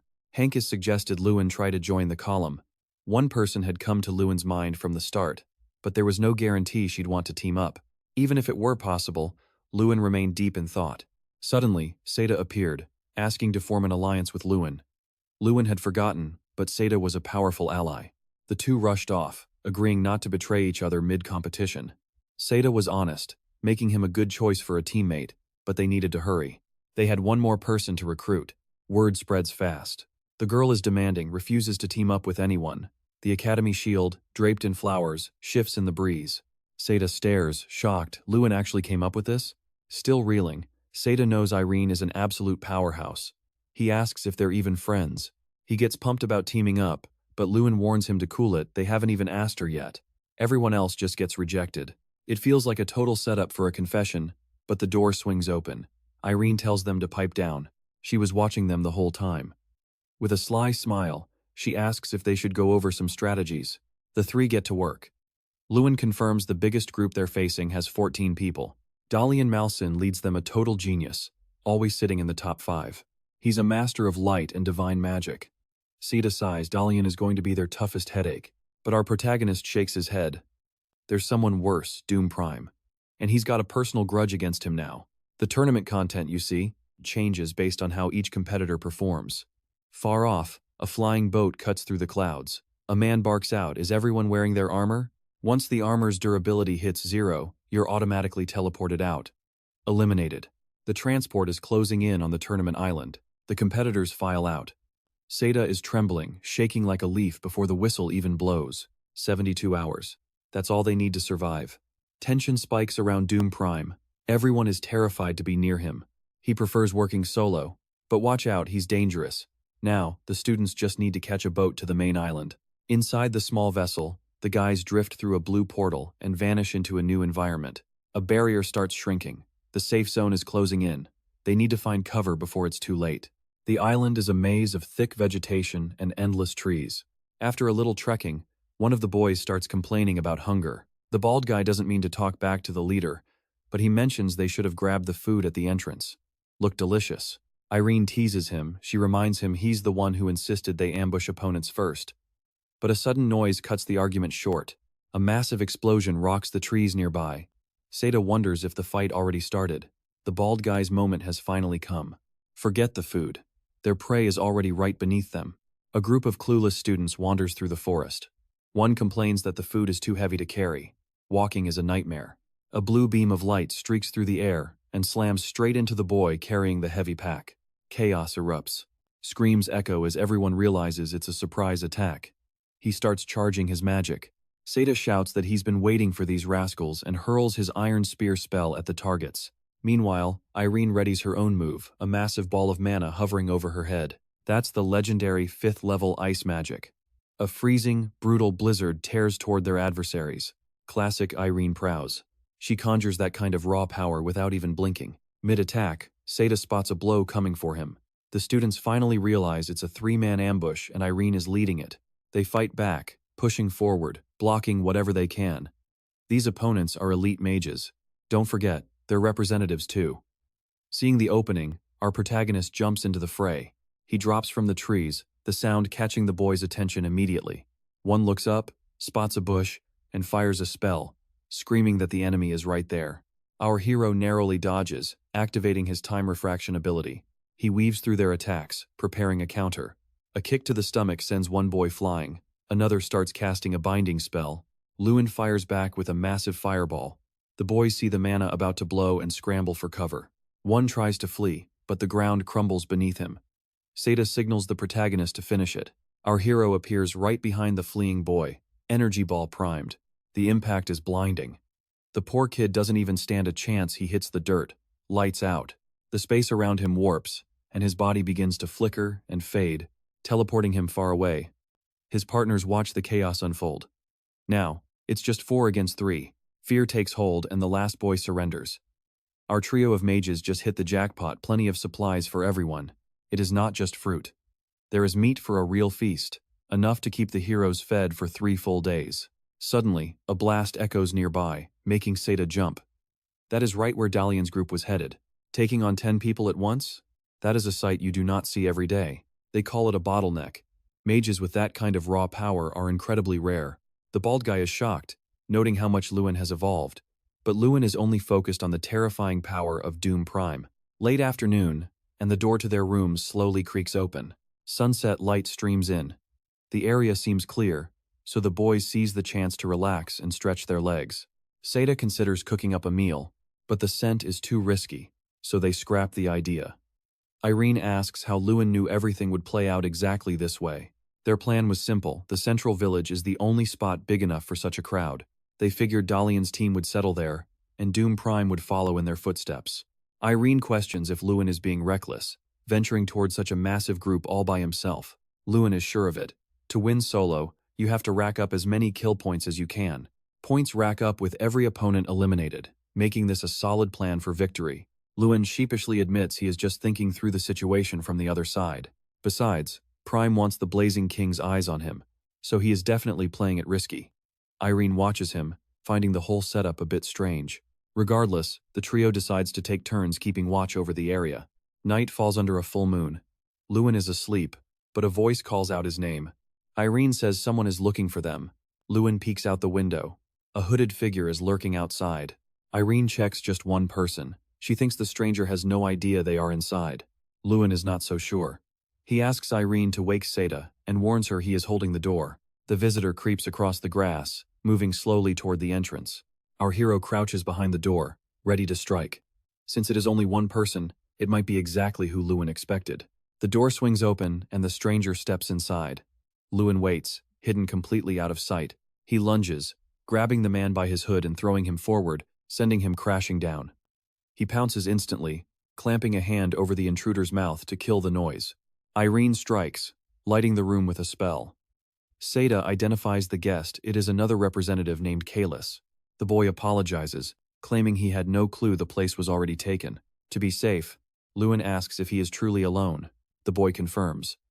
Luen then demands to know what happened to the other 6. Just one name escapes the boy's lips, but that is all they need to hear. Doom Prime. The group walked right into a trap. They were aiming to ambush Malcolm's squad for easy points. But then Doom Prime struck, turning them from the hunters into the prey. Dalian led a brutal charge at the sound of the blast. Kamas fought back, but only he and one other made it out alive. The nightmare continues as the two wounded survivors try to limp away. Suddenly, Doom Prime shows his face again. He sat out the initial fight. He was just waiting for the smoke to clear, tracking the injured survivors to gain the ultimate advantage. Despite the situation, Kalis has the nerve to ask if he can join their team. Seda thinks it is a clever play, but Luen shuts him down cold. How did you survive that fight, Kalis? He presses the boy. If you face Doom Prime while wounded, there is no way you should be standing here. Irene and Seda trade looks. Luen is digging at something deeper, and three possibilities hit them. Kalis is a liar. Doom Prime let him walk free. Or, someone else is watching them right now. Luen acts fast, firing up his player's eye. He finds nothing, no data on Kalis at all. A chilling realization hits him. This person is not who he claims to be. An owl shrieks and takes flight. Luen throws his punch and the man vanishes like a ghost. Luen barks at his friends. Hurry, we have to get out of here right now. We are being watched. A new day breaks over the island as the heroes debate a chilling possibility. Had the real Kalis been replaced by a copy? Irene has a strong hunch about the culprit. She suspects Turkey. He is one of the top students at Delaniac Magic School, infamous for his potent potions and perfect copies. And he runs with Malcolm's crew. This realization hits hard. They are surrounded, with enemies lurking on every side. With their location blown, ambushes could strike at any moment. And to make it worse, the shrinking barrier will soon cut off their escape west. The heroes decide to set a thief to catch a thief, devising a daring plan. They need to turn their enemies against each other, while elsewhere, a hidden voice asks Turkey if he has finally pinpointed their adversaries. Turkey chuckles darkly, reporting they are scurrying like rats in the west. He claims he almost had them fooled, but Dolly managed to sniff him out in the end. Turkey admits he has no idea how his cover was blown, but Luen acted with too much confidence and just landed a sudden punch. Turkey asks about the next move, noting those three powerful mages are no joke, and Dalian's eyes gleam. The plan is simple: capture them and unleash full firepower. While deep in the forest, the adventurer mages begin their trek. They walk in a line, ready for battle, but as Dalian glances back, a massive beam of light blindsides them from ahead. A noisy battle has erupted, and it seems Ardell is definitely involved. This is their chance to push forward, and as they get closer, they spot three silhouettes. Someone screams to watch their backs, and the blonde mage fires a divine arrow, only to realize that silhouette is not Luen Ardell. A golden explosion erupts, bathing the entire forest in blinding light. In reality, our three heroes wait high in a tree, watching everything go according to plan as their enemies rush toward the fireworks. Seda starts laughing. Irene asks what they should do now, and our hero replies that it is time to collect their kill points. Dalian and his partners are caught off guard by the ambush, as Luen dives from the trees, wreathed in fire magic. The blonde mage freezes, unable to react to the assault as one of his teammates goes down, engulfed in flames. Irene watches Dalian's group, noticing their numbers have dwindled, meaning they must have truly battled Doom Prime. Looking back, the group spots some terrified mages, wondering if a temporary alliance might be worth it. One adversary charges forward, yelling that even with 6 enemies, they will not back down. The boy shoots forward like an arrow, tearing through them with fierce intensity. He seems to lose control, his expression twisting as he bursts into flames, sending a fiery blast through the battlefield. Dion is terrified by what he just witnessed, because such immense power is not something you see every day. Eyes wide, our hero realizes this can only be the work of Doom Prime, who appears like thunder. Leaving a trail of blue energy, Doom Prime carves through the adversaries like a wave. Seda realizes Doom Prime is helping them in a way, acting as another potential member for their temporary alliance. Luen muses that Prime seems intent on eliminating Dalian's group first, since all the survivors are gathered there. Dalian's group starts to panic, demanding to know why Doom Prime is only attacking them. Our hero knows he must move, so he conjures his temporal refraction ability, streaking through the enemies like the wind in a flurry of blows. Finally, he charges a special punch and slams it into the ground, creating a literal earthquake. As the attack ends, Luen looks forward to see a massive number of adversaries wiped out.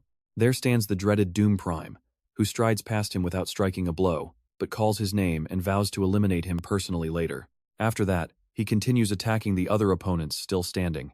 Luen sighs, looking back thoughtfully, while far away in the host's room, Only 10 competitors remain. Taron is eager to see the outcome, as Ardo claimed he would prove himself better than the 11 kids. With a sly grin, Taron wonders if our hero will be able to defeat that punk. After the tense battle, our hero trains outside a small, cozy house, as the group has settled into Base B near the island's center. As a result of that fight, only Dalian and Turkey remain. The group of survivors they fought vanished along with Doom Prime, and a notification window flashes as he finally completes his repeat mission. The house door cracks open, and out steps Irene, an early riser herself. She asks if Luen was out exercising, and he explains his body felt restless from all the inactivity. Seda had their meal ready so they could finally sit down and eat. Irene takes a small bite of the steak and her eyes widen. It is absolutely delicious. Seda is a true culinary genius who always outdoes himself. Irene apologizes for crashing without warning, explaining she was just completely exhausted yesterday. Luen pours tea into his cup. Irene wants to bring up something she has been wondering about for a while. What are your plans after graduation, Luen? She is genuinely curious, especially given how close they have become lately. Once mages from this competition enter society, they automatically start a symbiotic life. They can join a Night Order to protect territory, or become members of a magic tower. There is also the option to join a special group for profit. These are the usual paths. But he finds himself questioning what he actually wants. To be honest, Luen admits I have not really thought about it. Until last year, I was just a broke student barely surviving, let alone planning a future. He believes he will have a clearer idea once the competition ends, and he returns to the academy. Luen turns the question back to her, asking what she thinks, but Irene draws a blank too. She confesses she never really had time to think about what kind of mage she wanted to be, as she just followed everyone else's advice. As she sips her tea, Luen watches her closely. After their talk, Irene reaches a sudden realization. She declares she wants to face Doom Prime first. She believes this fight will give her the conviction she needs to truly understand her path. Luen's expression turns serious as he considers this upcoming battle against Prime. For years, Prime has been second best, an unscalable mountain in her path. Luen considers it a respectable ambition and accepts her challenge. Everyone has their own battles to fight. Night descends and the moon casts a gentle glow over the area. As time ticks by, the barrier closes in relentlessly. It is time for the group to make their move. The only safe havens tonight are the central village and their base. But they cannot ignore the threat of Doom Prime setting an ambush. Waiting for others to fight first would put them at risk due to the shrinking barrier. Seda argues they should just charge in, but Irene counters it is better not to draw any attention right now. Then Luen reveals he has an idea. Few competitors remain, and even a single rank up means a massive point boost. Everyone is treading carefully, since the trio already used the tactic of luring opponents. Making noise now will not attract anyone else. This is their chance to finally take down Doom Prime. Dalian and Turkey lost most of their allies and are hiding today. Since Prime is overconfident in his abilities, he is bound to show up soon. Plus, if they delay facing him, they could run into serious trouble. Irene asks where they would even find him. With a confident smirk, Luen declares to leave that to him, as Prime will come. Swift as the wind, our protagonist moves through the forest. Strang asks how Luen plans to find his opponent using only the mini-map. Luen explains that while the mini-map does not show exact locations, it reveals how many people are inside each base. If there are 2 dots, it is either Dalian and Turkey or other survivors. But if there is only 1 dot alone, it is obviously Doom Prime. Our hero arrives at a cabin deep in the forest. He slowly approaches the door and shouts for Doom Prime to come out. A red explosion shatters the door into splinters. A silhouette emerges from the house. With eyes blazing red with hatred, the man glares at Luen. Luen asks if he slept well and tells him they need to go somewhere. Seda waits, barely containing his nervousness. Seeing his friend arrive with the target, Seda asks if Luen was captured, but our hero says he merely brought him here. The bald man asks if Luen was not going to ambush him, but Luen explains he never intended to. Turning to Prime, Luen begins to speak. He declares that Prime's opponent will not be Luen, but Irene. Prius, completely bewildered, just watches. Doom sighs before responding to the challenge. With arms crossed, he states the girl is no match for him. Besides, if she is eliminated now, it will disappoint the Flame King, so she should survive longer and raise her rank.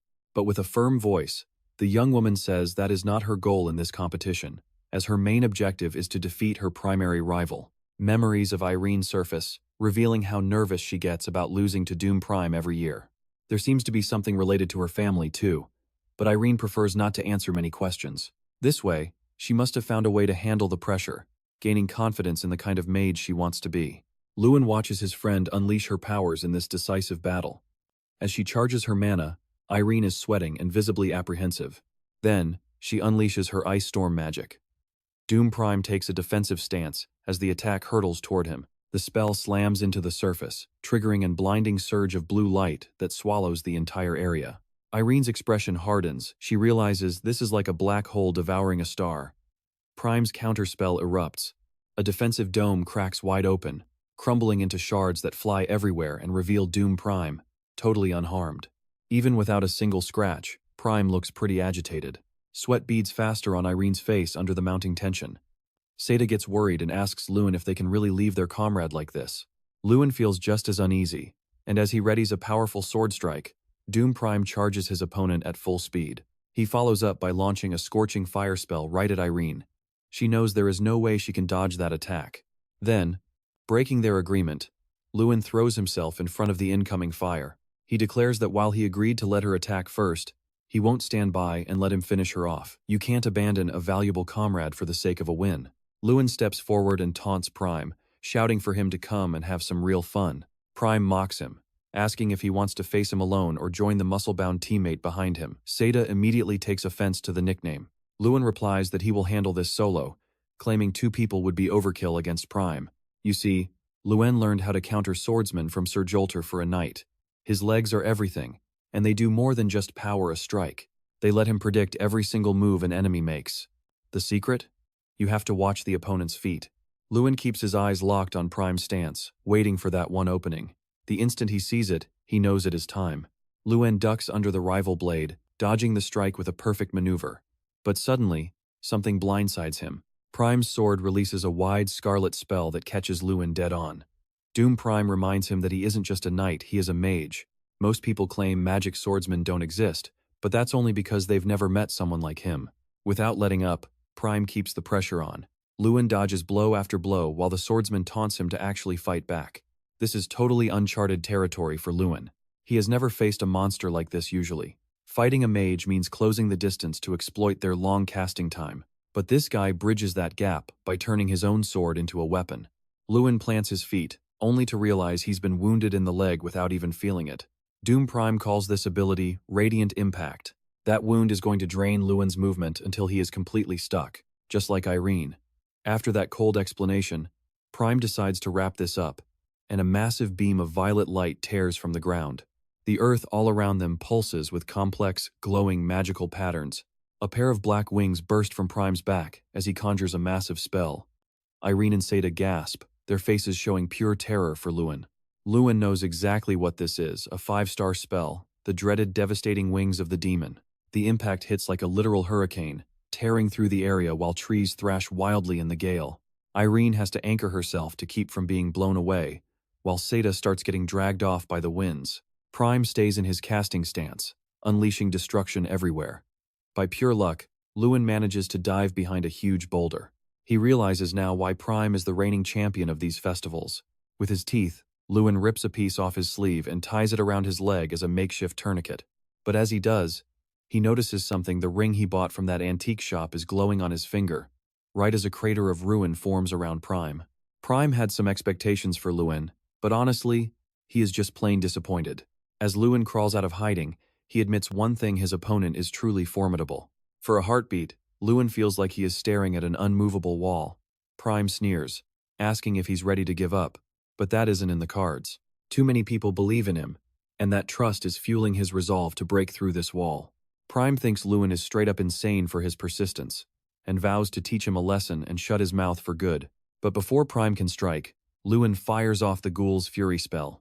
With rage burning in his eyes, Luen roars for Doom Prime to watch his words and charges forward like a lightning bolt hitting the dirt.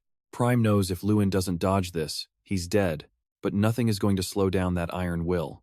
The two forces slam together, both pouring every ounce of their strength into this duel. Luen's final gamble is the ring he is betting it will activate to resist the physical impact and defy the odds. The ring flares up, shattering Prime's sword in half, sending shards flying and ripping a deep wound into Doom's shoulder. Luen surges past, and his opponent is left in total shock. Doom goes from stunned to screaming with rage. But Luen seizes the moment, sweeps the guy's legs, and slams him down hard. Luen pins him, leaning in close to deliver a final message. He says, "Doom, you're no match for me. All you have is arrogance and the belief that you're the best." Luen charges a massive punch, leaving Doom no time to dodge. Like a lightning bolt, the strike slams straight into his face. Doom shimmers and vanishes, teleported out. Seda breathes a sigh of relief, admitting he was genuinely worried. If his friend Luen had lost there, Seda would have been next. Luen looks over at Irene, seeing her head bowed low. A cloud of pure sadness shadows her face. He steps closer, apologizing for interfering in her fight. She shakes her head, saying she should be the one apologizing. Her greed nearly doomed their entire team. Regardless, Irene failed her objective. She tells Luen not to worry because that goal is gone now. Her new target isn't Doom Prime anymore, it is Luen himself. Smiling, he says that won't be easy. Irene smiles back. "I know," she says, "but you better prepare. One day, I will surpass you." Including the trio, 5 competitors remain. Dalian and Turkey fight hard, but they're no match for the 3 heroes. The battle lights up the forest, unleashing a storm of spells and blows that fill the air with thick smoke. In the end, both opponents fall. Dalian shimmers and vanishes, teleported right out of the arena. The 3 warriors survey their victory. They are the sole survivors, and Seda never imagined it would come to this. Luen asks if they want a final showdown. Irene, however, says she prefers to forfeit. She's not at her peak and wants to try another time. Luen agrees, seeing she is clearly exhausted. Seda steps up, saying, "It's my turn. I might be the leader, but that means nothing now. I will unleash my true power." Luen braces himself. Before he can blink, Seda is already soaring through the air. And just like that, Luen, the Ignite Academy representative, claims first place. The students gather for a feast, celebrating his massive win. A familiar voice calls out, noticing his absence from the dorms. It is Irene and Seda, there to visit their friend. She says she desperately wanted to congratulate him, and Seda practically begged to tag along. Her sharp tongue clearly isn't just for the game. After the brutal survival battle, Luen stands alone at the top. Doom Prime racked up plenty of kills, but since he didn't survive, his rank plummeted. Dalian and Irene land below him. Jason is on cloud 9. He realizes he is at the same table as his muse. Irene prows. He thinks if things go this way, the dream of being close to her might not be so far off. He declares everyone is drinking with the goddess tonight. She bursts out laughing, and seeing everyone happy warms Luen's heart. The group drinks and celebrates until the sun goes down. Students whisper about Luen being the champion, while others shush them, warning them not to let Doom hear. Doom Prime is shattered by his loss. Unable to believe it, the swordsman had dropped his guard, never imagining his opponent would aim for his sword, not him. He realized it too late, but still swung desperately. Losing with the king watching is simply unacceptable. He asks his colleague if the king has sought him out today. His friend tries to calm him, suggesting he should rest first.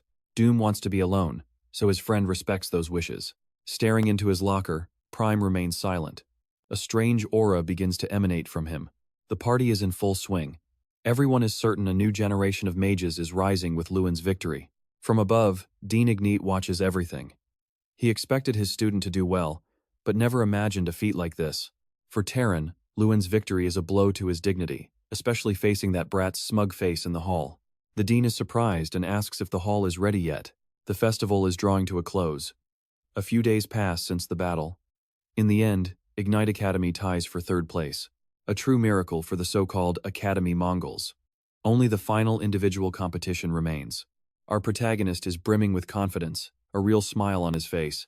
The next trial is an obstacle course demanding athleticism, combat, and swimming. Beasts and teleportation are permitted. Seda approaches, asking Luen how he feels. Everyone is chanting his name like he is the main character of this whole competition. Luen looks back, unsure what to make of it all. Honestly, he would love to savor the moment, but he can't. Not yet. There is no celebrating until the victor is confirmed. The sun blazes over the city. It is the day of the individual competition.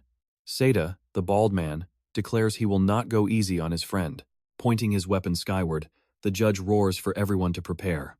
The top competitors are intensely focused. The starting pistol cracks and they are off. While some surge forward on foot, others summon guardians or use teleportation spells. The crowd in the stands roars. A mustached man notices something unusual and points. Luen Ardell isn't running with the other competitors. He is waiting, leaning back, with a highly suspicious smile plastered across his face. Dust from the leaders begins to rise. It is a fierce battle. Everyone is giving their all to get ahead. Malcolm comments that Irene must be exhausted. He asks if she would like to form a temporary alliance, a habit he is quite fond of. The thundering gallop of a horse echoes from behind. It is Doom Prime with his new sword, closing in fast. Wielding a spell with his weapon, he incinerates the enemies, blocking the path ahead. The blonde man has known Doom for 6 years but never managed to befriend him. The swordsman never accepts alliances. Reflected in his horse's eyes, the warrior's fierce combat is visible. Goblins and monsters are effortlessly decimated, but the young man's mind is elsewhere, wondering why a certain person still hasn't appeared. Or perhaps he is already ahead, though Prime cannot believe that is possible. Prime has been leading from the start, and he has only seen 2 other competitors near him, so this person should be behind. The boy cannot contain his curiosity and asks Irene where Luen is. The girl cannot say, but now that she thinks about it, everything feels strange. The mages have been at the front lines for a good while, and no one has appeared. Even if he started late, the guy should have caught up, but there is still nothing. Then, a loud noise catches the boy's attention. Smoke billows, obscuring the view and making it hard to tell what is happening. Suddenly, a figure emerges. It is Luen, who declares he has finally caught up. Prime's gaze locks onto him the moment he appears. Concerned, Irene asks what happened to the other participants. With a sarcastic smile, Luen replies that they are not around anymore. For a while, the crowd had been utterly confused by his lack of movement. But ever since he decided to join the festival, Luen has been waiting for this day. It is the competition he is most confident he can win. As a short-range mage, exposing his back to a distant opponent is far too risky. So, the young man devised a strategy. After much deliberation, he put his plan into action. Eliminate them one by one from behind. And so, it begins. Luen slowly approaches his adversaries. As he moves past the competitors, the boy keeps count of how many he has taken down, but he eventually loses track. All his opponents are caught off guard until the hero nears his friend. Seda notices the boy approaching and asks when he arrived. With a slight smile, Luen asks if his friend understands that games are games. The bald man wonders if their endless battles will begin anew.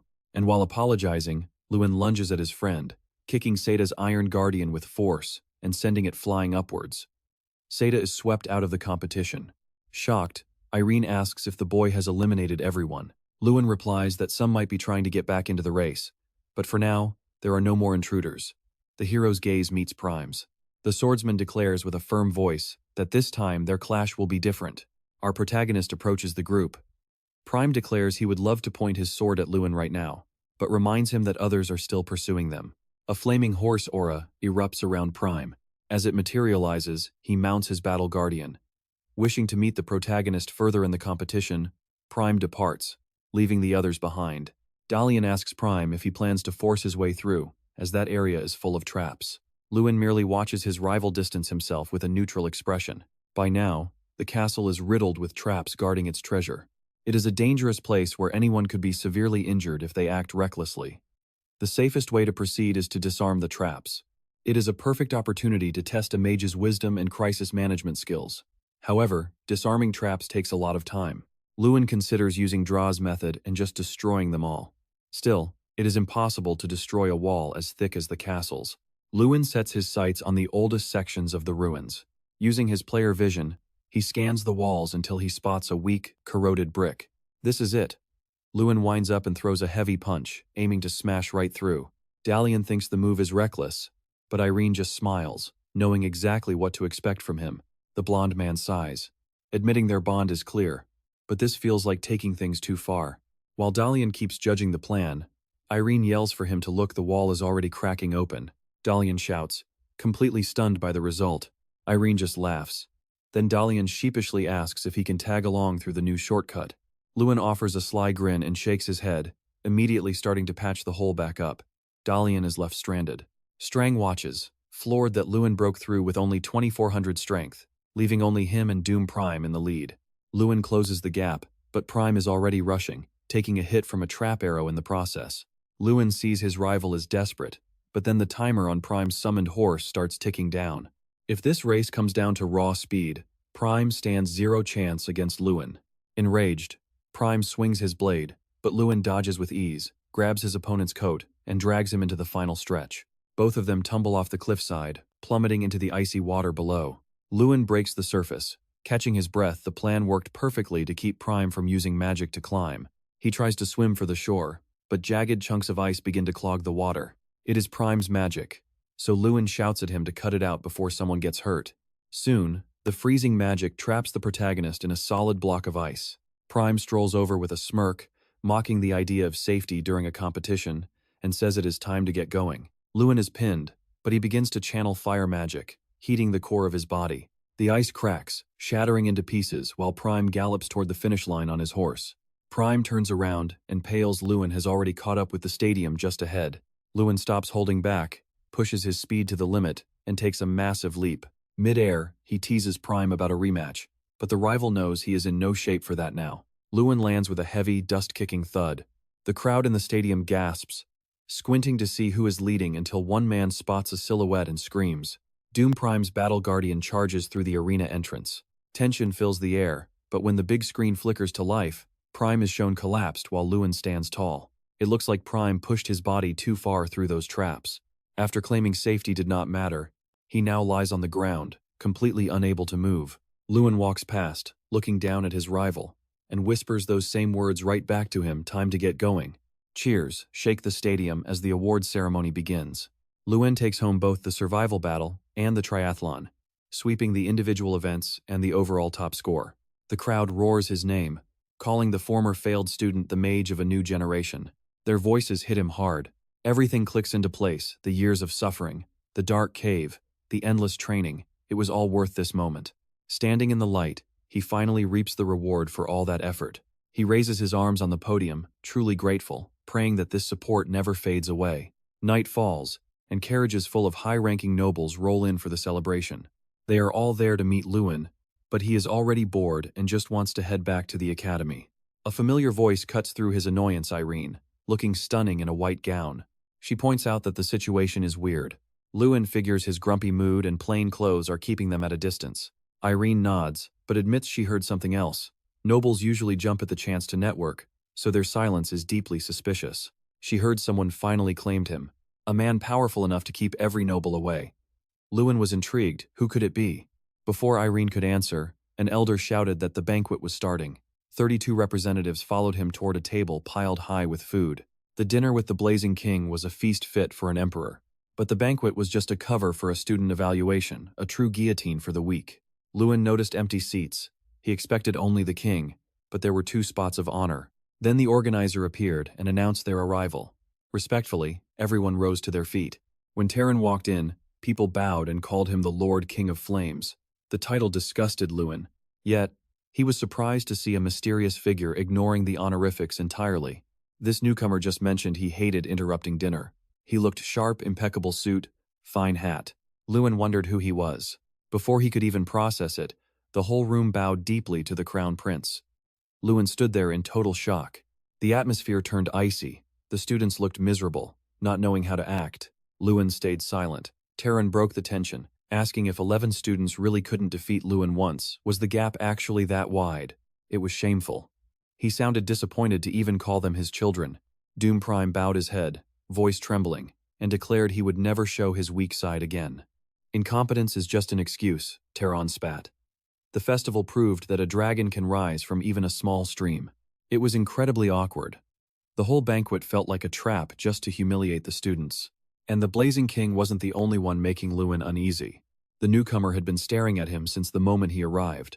Shortan React sipped his wine, gaze fixed on Luen with intense fire. Despite being the third son, this man used his brilliant mind and political cunning as weapons, far surpassing his brothers.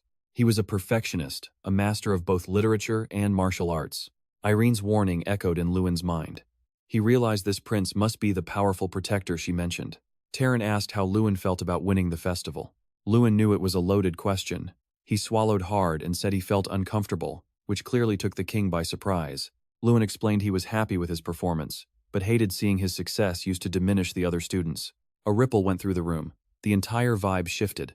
Terran's gaze changed too. The king replied that this sense of inferiority was just fuel for growth. But to Luen, it looked like the king was just trying to incite more hostility. It was a total contradiction. Besides, Luen didn't come from some small stream. His hometown was Ardell, a beautiful territory, not something to be belittled. Luen's defiance seemed to ignite something in the king. A heavy, suffocating silence filled the room. The prince smirked, but then couldn't hold it in and burst out laughing. The tension skyrocketed for Luen. Luen thought the prince seemed like a real handful. Taran confirmed he had been warned how interesting that boy was. The prince was laughing so hard his stomach ached, wondering where a guy like Luen came from. Taran replied he initially thought Luen came from a small, unassuming place. But apparently, it was a beautiful territory he now really wanted to explore. Ingrid breathed a sigh of relief. Despite the provocations, everything had stayed on track. She asked if Luen would surprise them again, but he just noted that the prince seemed to like the victory speech. He had heard these idealistic tales from Tyrion for a long time, so his mind likely wasn't changing. Still, Luen's words felt refreshing compared to the dean, and the king seemed genuinely excited for the future. The king finally declared the banquet over. Before anyone left, the prince asked them to wait. He stood up, strode to Luen, and invited him for tea. With an unsettling grin, he made it clear there was no saying no. A while later, Luen and the enigmatic prince were alone in a lavish room.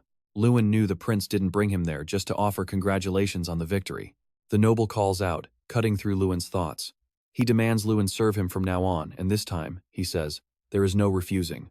Luen gets exactly 1 month to prepare for the transition. Then comes the school transfer, plus a place for him to stay. And naturally, Luen must consider naturalization. There is no reason for the crown prince's closest associate to remain a foreigner. Luen challenges the logic, asking if the empire doesn't already have excellent mages like Doom Prime. The prince snaps back Luen lost in the end. He scoffs at the thought of picking a loser. Besides, the prince says, Luen needs to remember 2 things. First, he prefers a simple yes over questions. That chills Luen to the bone. Still, the prince decides to answer his question anyway. The first reason for the summons? His godfather personally recommended him. The prince also admits he admires the boy's nerve, the guts to act so cocky while everyone else is desperate to impress. Beyond that, he likes the grit Luen showed in confronting his own godfather. And finally, the audacity to keep questioning the prince even after being warned. He needs someone interesting by his side. The prince wants Luen to shield him from his own brothers, men who cannot stomach the fact that their youngest sibling became the crown prince. Luen swallows hard. A heavy lump forms in his throat. When the prince asks again if he is willing to accept, Luen tries to respond, but the prince reminds him he already warned him that he wouldn't take no for an answer. The highest authority in the empire is offering him the chance of a lifetime to be his closest associate. Most mages align themselves with power eventually, and walking away from this could mean a lifetime of regret. Regardless, Luen refuses to become anyone's tool. He has too many things he still wants to achieve on his own. Reek thought Luen was a realist, but he is proving to be a true idealist. It is an incredibly rare opportunity. Yet Luen has the nerve to push back. He says, perhaps. Then, as he stands, the prince tells him to pretend this conversation never happened. He mentions that people are already calling Luen the brightest jewel at this festival. The prince has a hobby collecting jewels, and so far, he has never failed to acquire one, because if he can't have it, he simply shatters it. Luen pays the threat little mind. He just turns his back on one of the Empire's most powerful men and walks away.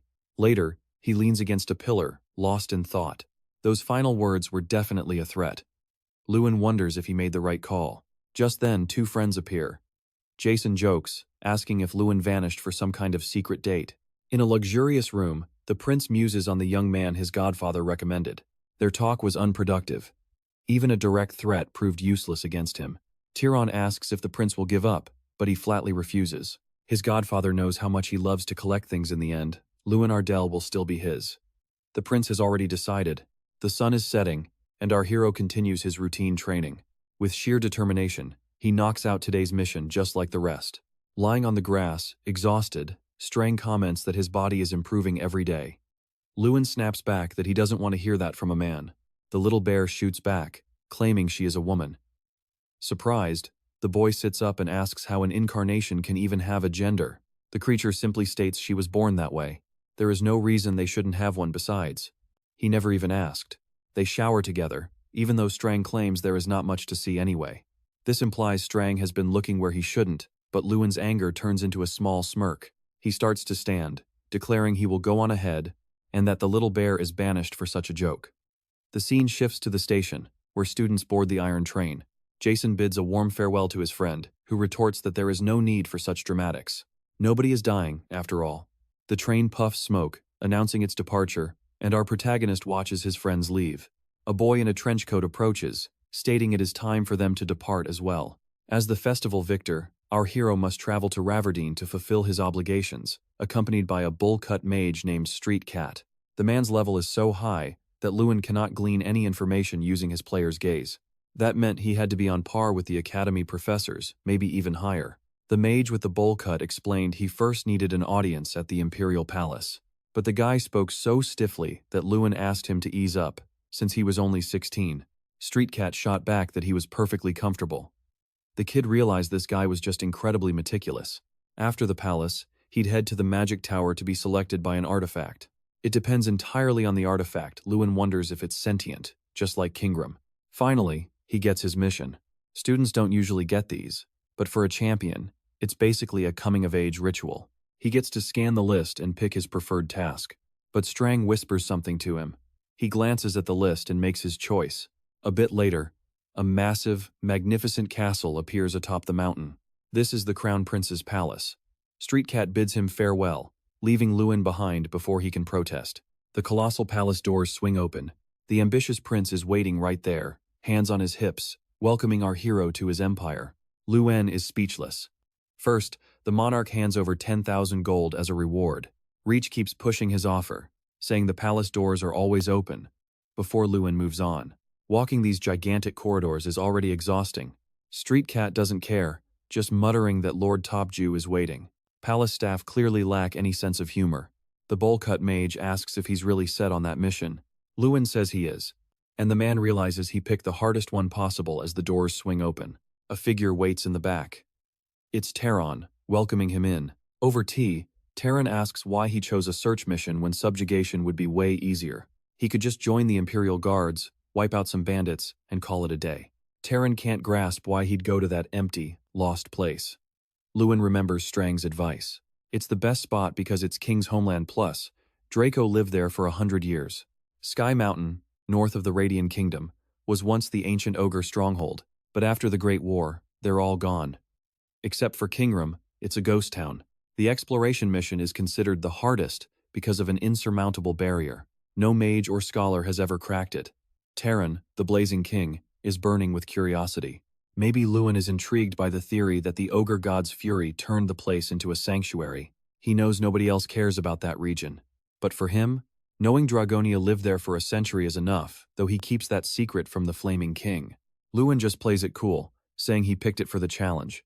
Taron tells him to pick again, noting the difficulty is just a boring barrier breach. With a daring glint in his eye, Luen asks if it wouldn't be legendary for a 16-year-old to finally crack it. The king warns him he might be the first to fail this prestigious festival prize mission. Unconvinced, Taron looks at Luen and asks if he knows why he recommended him to the Crown Prince. He wanted the boy in Raverdeen to keep him on a short leash. Luen feels a cold sweat hit him at the monarch's words. Taron adds he believes Luen's ability is tied to this choice, and he'll be watching closely. Back in his room, Luen asks Strang if he can actually pull this off. The place has been ruins for years, who knows if anything is even left. The little bear says humans failed using human methods, but he'll succeed with his own powers. A knock at the door, a voice identifies itself as Javaloso. 2 guards enter, Street Cat and Delicious Boar. Strang thinks the names are ridiculous, but that's just the Flaming King's taste. The boar approaches with a friendly grin, asking to head to the artifact chamber for Luen's final reward. The Magic Tower's room is split into 4 distinct zones, areas C, B, A, and X. Zone C holds common artifacts, while X guards the rarest. Luen can search up to Area A. Area X is strictly off-limits, even to the Emperor, without a special event. He wonders what could trigger that, but following his guides, Luen starts in C, quickly spotting a high-quality magic sword. Even the standard gear in this magic tower is absolutely astonishing. He also uncovers a famous book, sitting there for over 100 years. Another titled Beyond the Walls of Class, 7 by Dehem Cruz, plus a third detailing unknown lands and ancient creatures. When Luen asks if they can read anything they want, the cat says it depends entirely on what the master permits. Area B is a treasure trove of knowledge, packed with books of every kind. Yet, reaching Area A, not a single artifact reacts to the young man. Luen asks if being passed over is common, and the boar confirms it is incredibly rare. Wizards reaching Area A usually possess the pull to attract artifacts, so this total rejection hits Luen hard. Strang, arms crossed, tells him there is no reason to be upset. Everything here is just trash. These might look like precious treasures to humans, but the real prize isn't here. The little bear points toward that massive door, the mysterious Area X, a place almost no one enters. Strang detects a scent, convinced there is at least one dragon-made artifact behind it. Since Luen cannot go inside, he has to focus on whatever he can salvage from the current room. Suddenly, an intense green light erupts from the door of Area X, engulfing the entire space. The two guards flinch, visible fear etched across their faces. The boar shouts that this special event is finally happening for the first time in 56 years. While in Terran's chamber, the king questions if Kungan's tooth truly reacted to Luen. Street Cat lowers his head and confirms it. This means the young man has the talent to claim the throne, with 3 items of unparalleled power guarded in Area X: a staff, a suit of armor, and a tooth, all sharing one common trait. They allow the owner to remain at the absolute pinnacle. The staff infinitely amplifies magical power, serving as the symbol of the King of Mages. 56 years ago, Terran himself was chosen by the staff of Alol, and every individual chosen before him ascended to the highest position. Morshi's armor is impervious to any attack, choosing its owner once every century.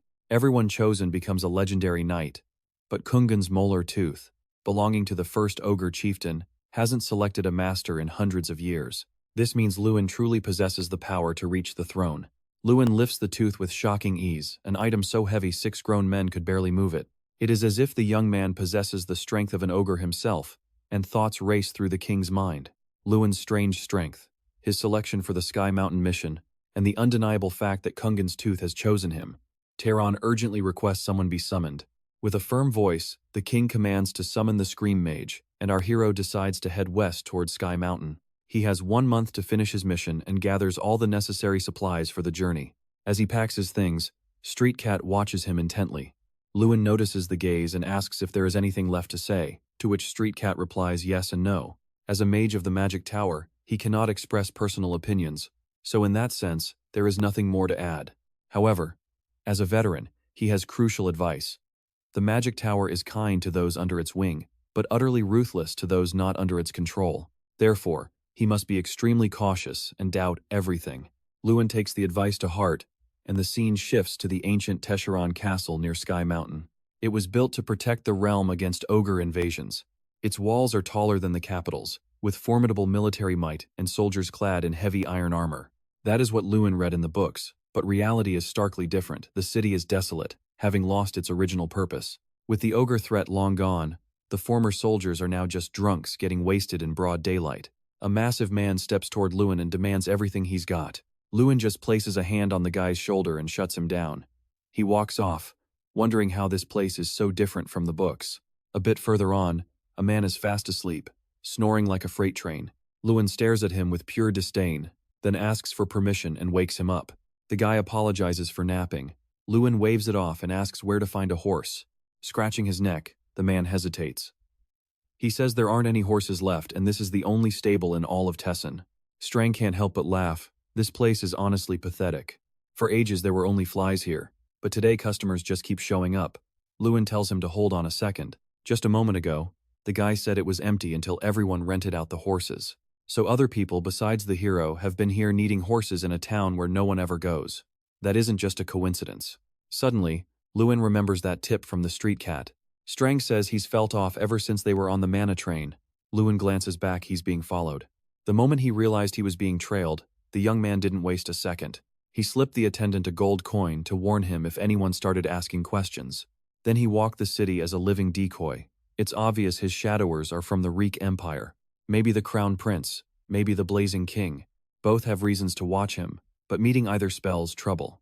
Luen has to clear this before hitting Sky Mountain. He can't let them tail him, especially now that he's spotted their trap. Back at the facility, the attendant claims no one came by. He insists he's been on alert since Luen left. He doesn't seem to be lying, but then he mentions something strange.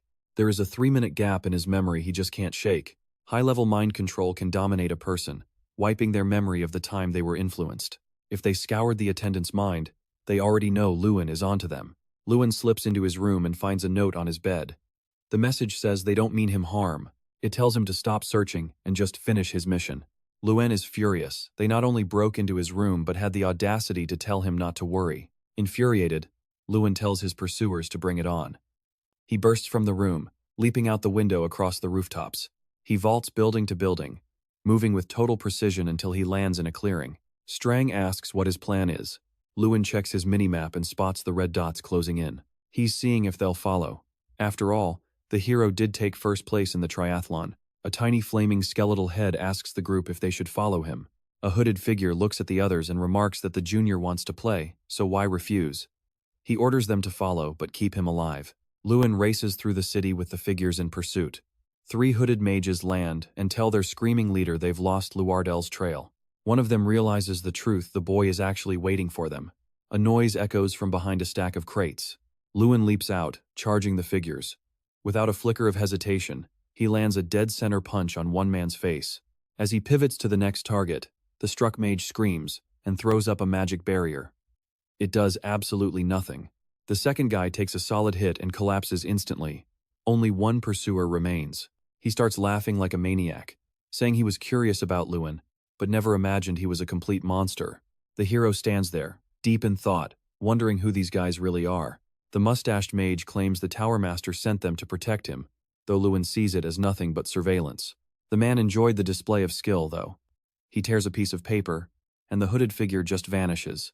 That skeleton tattoo on his neck marks him as an evil mage, part of a group known for doing dirty work. All that's known about this organization is that mark. What they do, their true strength, or their leader, nothing. Strang asks Luen how he feels after clashing with those mages. The young man shrugs. It was easy. They felt weaker than the Academy Festival reps. Yet one of their abilities is still a total mystery.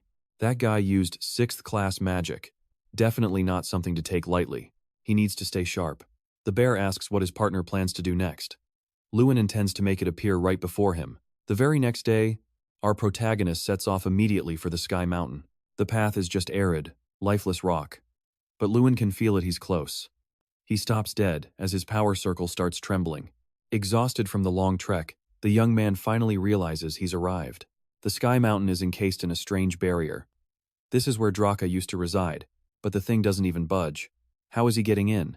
Strang once said the only way through is using non-human abilities, but the young man still hasn't figured out what that means. If Strang were human, she would definitely try to smash the barrier. But that is impossible.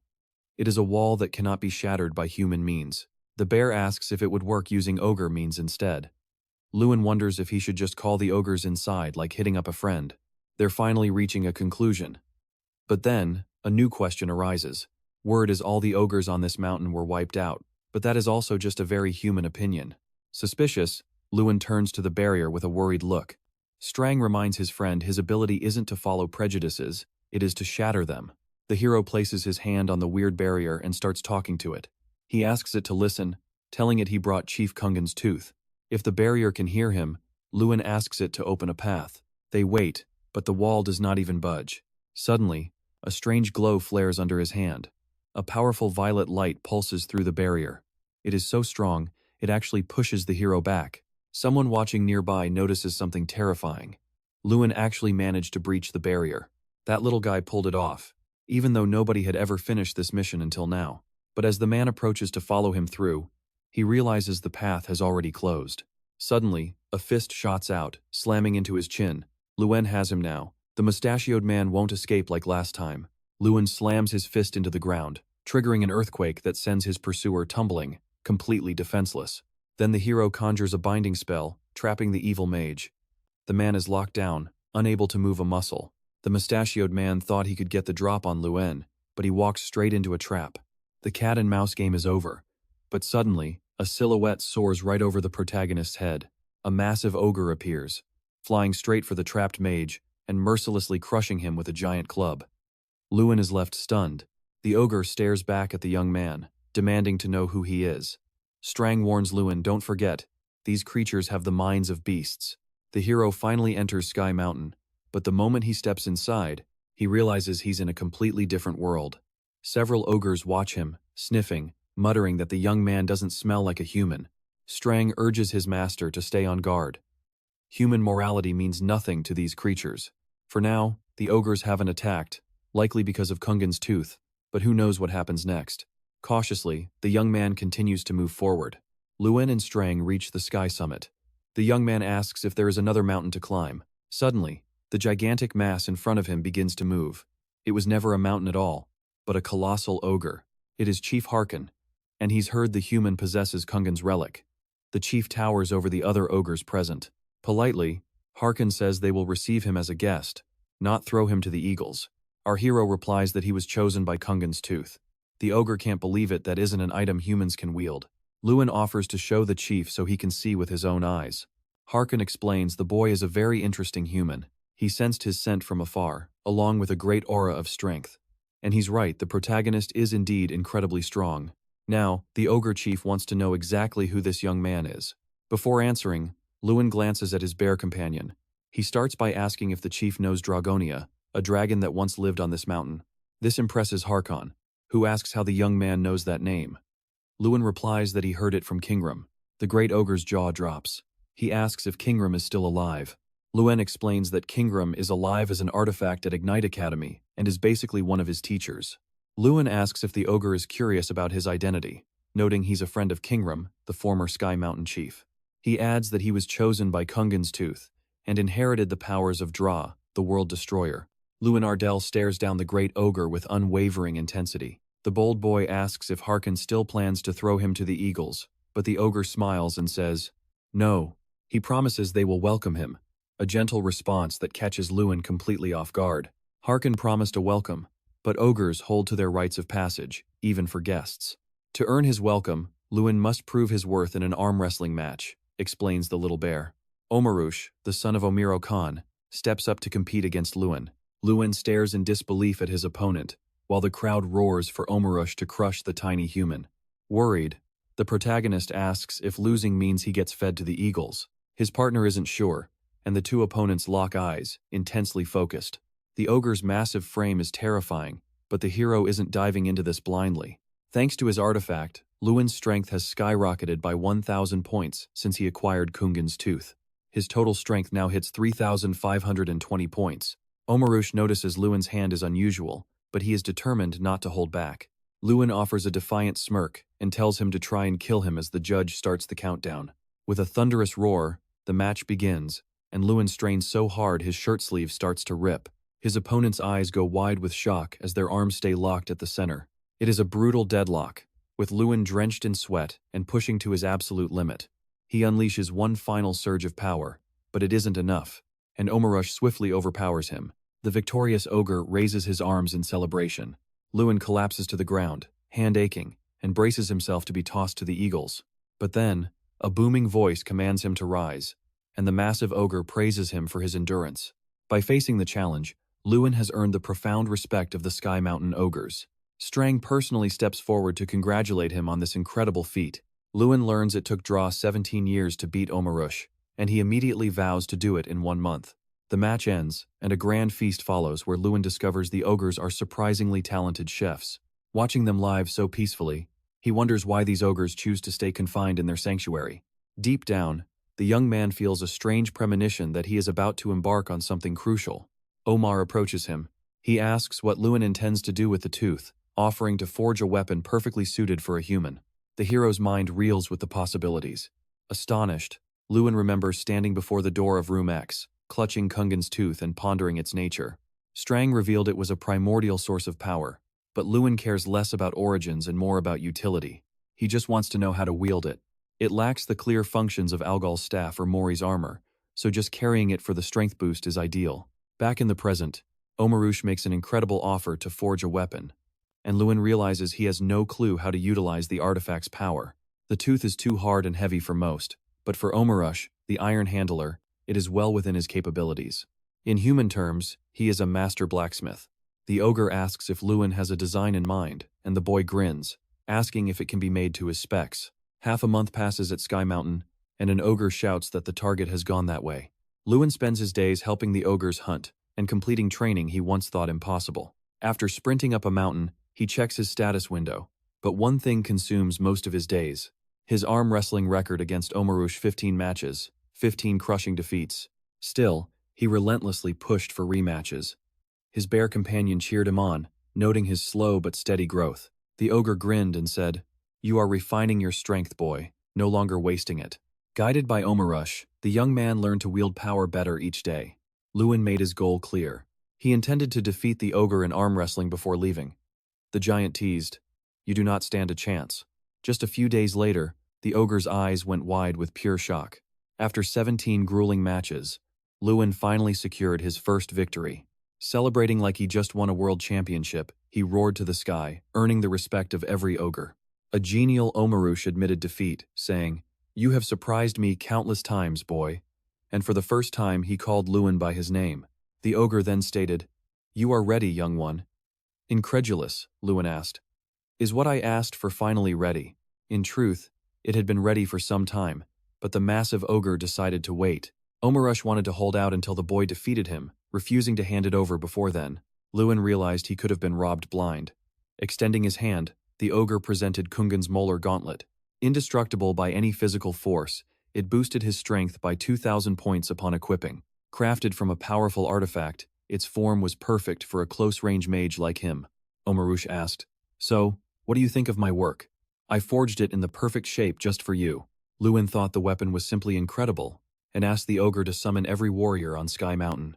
With the ogres gathered, it became clear the audacious protagonist wanted to arm wrestle every single one. The ogres murmured, convinced this was sheer madness, disbelieving the human strength. But it was undeniably fascinating. They loved competition and revered power, so they watched with keen interest. Even a baby ogre raised its arms, cheering for its father. Strang crossed her arms, remarking, "This reminds me of Draka. He was just like that." But Draka had only defeated 17 ogres at once after 30 years. The old Luen would have deemed it impossible. After donning Kungan's molar gauntlet, the hero felt he could never lose. The countdown began, and finally, the competition commenced. Swiftly, the giant's arm slammed onto the table. Afterward, the ogres asked if Luen was leaving already. They smiled, saying he gifted them incredible memories. The protagonist returned the smiles, feeling a surge of gratitude. He extended his hand, making them wonder if he wanted another arm wrestling match. Even after defeating 100 ogres, that was not what he wanted. The gesture was a handshake, a simple human custom to greet friends or bid farewell, a silent promise. Until next time. Meanwhile, back at the castle, a voice demanded, "Any news?" A cloaked figure replied, "Nothing significant." Theron, the king, was growing anxious. The Scream Mage had vanished, and survivors returned with fatal wounds. Even the search party reported no human presence on Sky Mountain. The Blazing King slammed his fist, declaring, "We have been played." A new voice cut in. "I have a report." It announced that Luen Ardell had just arrived in Raverdeen. The news stunned the king, leaving him speechless and lost in thought. With a sudden surge of command, he barked, "Summon the boy now." With a steady voice, Luen confessed, "I failed my mission." He explained that just as the Blazing King warned, success was impossible.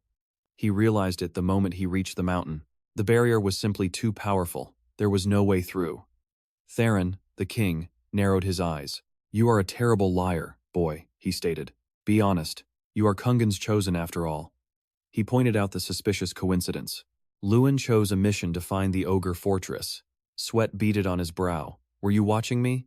The king sighed. He was not watching out of suspicion, but concerned Luen might oppose the tower. Luen pressed. "So any mage who opposes the Blazing King becomes an enemy of the tower." The king nodded. "Most do." He cut him off. "Enough small talk. Get to the point. Be honest, Luen. Tell me what you truly saw on Sky Mountain." A maniacal glint entered his eyes. "Are the first ogres still alive?" Luen remained silent, his gaze fixed on the monarch's unsettling expression. Luen steps out from the castle, a wave of relief washing over him. "That was a close call," he mutters, his mind flashing back to the king's chilling warning. Any lie could be exposed by accessing his memories. But Luen gambled that the great boundary mage wouldn't stoop to such tactics for a mere student, though the Blazing King had simply scoffed at him. "Calling yourself a simple student is far too modest," the king remarked, before finally lowering his head and conceding, "Very well. Your first official mission has failed. Return to the academy now." Luen had gambled on the king's pride, and it paid off spectacularly. Had the king been more irrational, Luen would have been caught in his deception, but this was far from the end. The Exone artifact chose him a clear sign that he was destined to master the throne. Though unspoken, it was obvious the king would keep watching him. For now, Luen just wanted to escape the castle's oppressive aura. The The mana train begins its journey, hurtling toward Ignite Academy. Back at school, Luen is met with cheers and banners featuring his photo. His friends hoist him onto their shoulders. Even though the competition ended 2 months ago, the celebration continues. Back in his room, Jason drops a heavy box onto the table. Inside, it is overflowing with letters for the young man, exactly what you would expect for a grand festival winner. There are so many that Jason only brought the most recent ones, leaving the rest stored in the closet. But when he swings the closet doors open, the room is flooded with letters. Luen just stands there, stunned by the sight. Even letters from princesses arrived, calling him a genius and a true patriot of the kingdom. Refusing the crown, Prince's invitation apparently earned him that title. But Luen notices many letters address him as dear, despite never meeting him. Jason sighs and says, "That word isn't just for those close to you, but also for those who want to get close." Jason flops onto the bed and asks what his friend is planning for the holidays. Luen offers a small smile. He is thinking of doing something different this year. Sometime later, Luen rides out on horseback. It has been 5 years since he last visited his hometown, as he never left the dorms, not even during the holidays. The young man lacked the courage to face his townspeople, mostly because he had no confidence answering questions about his school life. But now, Luen can meet everyone with his head held high, so he is finally seeing his family again. Upon arriving, everyone stares at him in complete shock. Scratching the back of his neck, Luen smiles and asks, "How is everyone doing?" The people can barely believe it is truly the young master.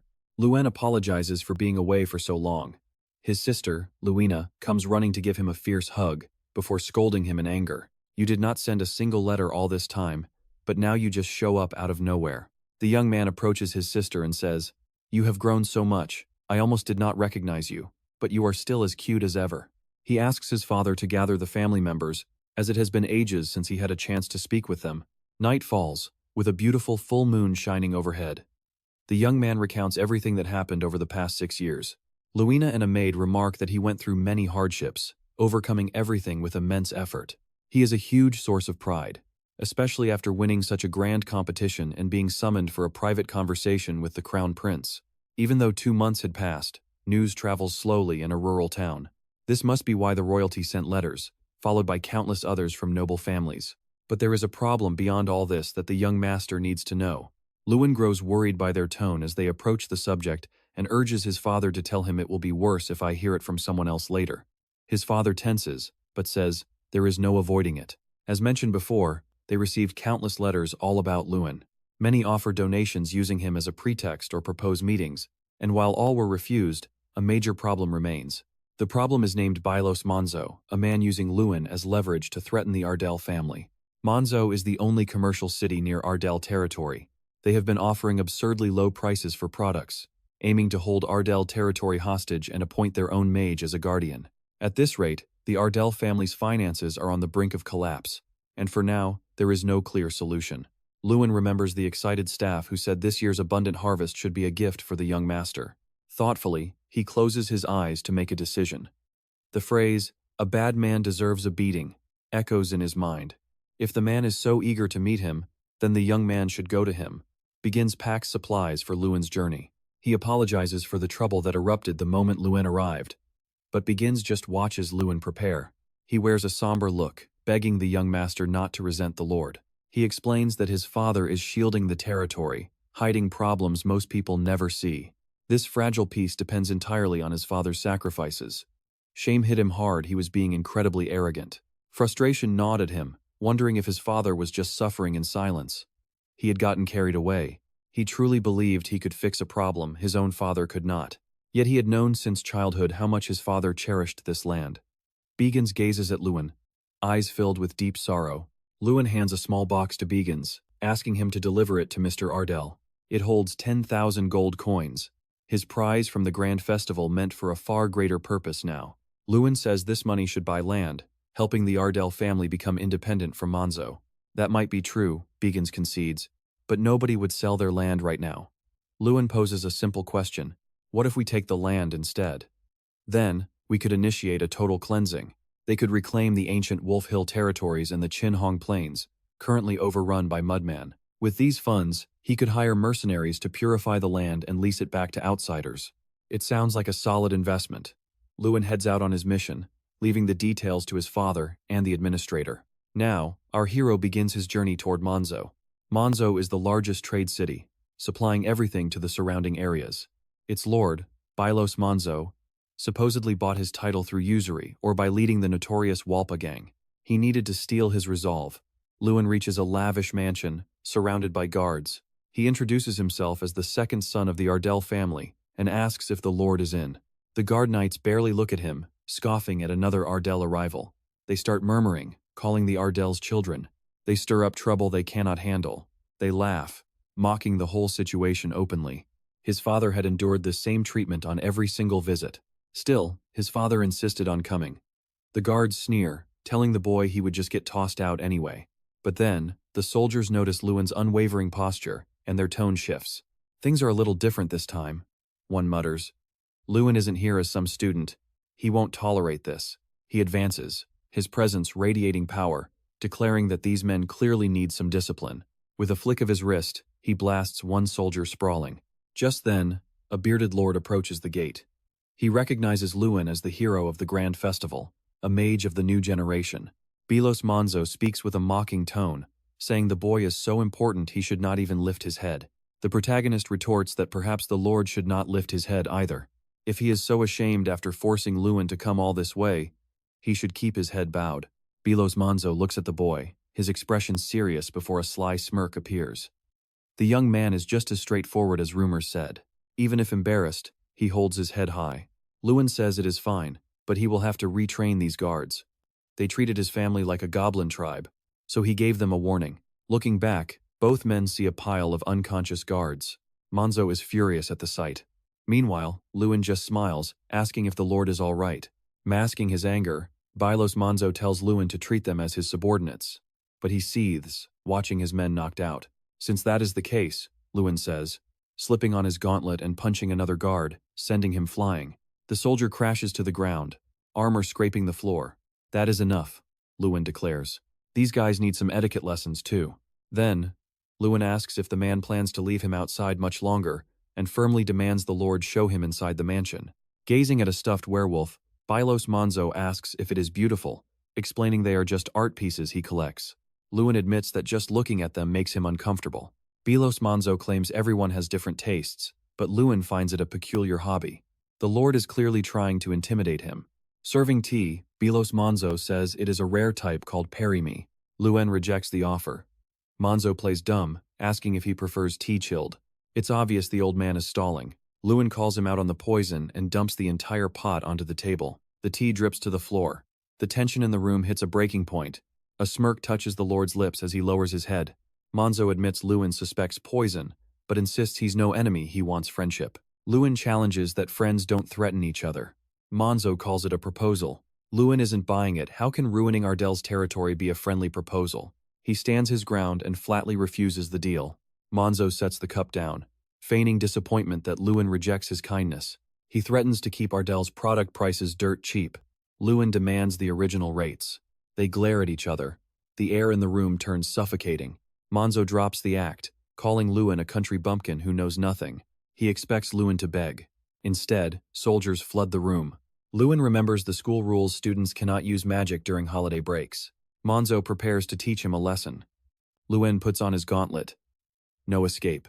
Manzo orders his men to kill him. He wants to turn Luen's corpse into a trophy. Fear sets in. This guy's insane. This isn't a talk. He's dealing with a greedy pig sitting on southern wealth. Luen readies his signature flick. He snaps his finger against the soldier's forehead. The man flies back like a bowling ball. His gauntlet activates. The boss, Kungan, manifests to fight by his side. Manzo is stunned to see Kungan's massive arm extend the range of the attack. Blazing aura erupts around Luen, molding into the shape of a colossal ogre.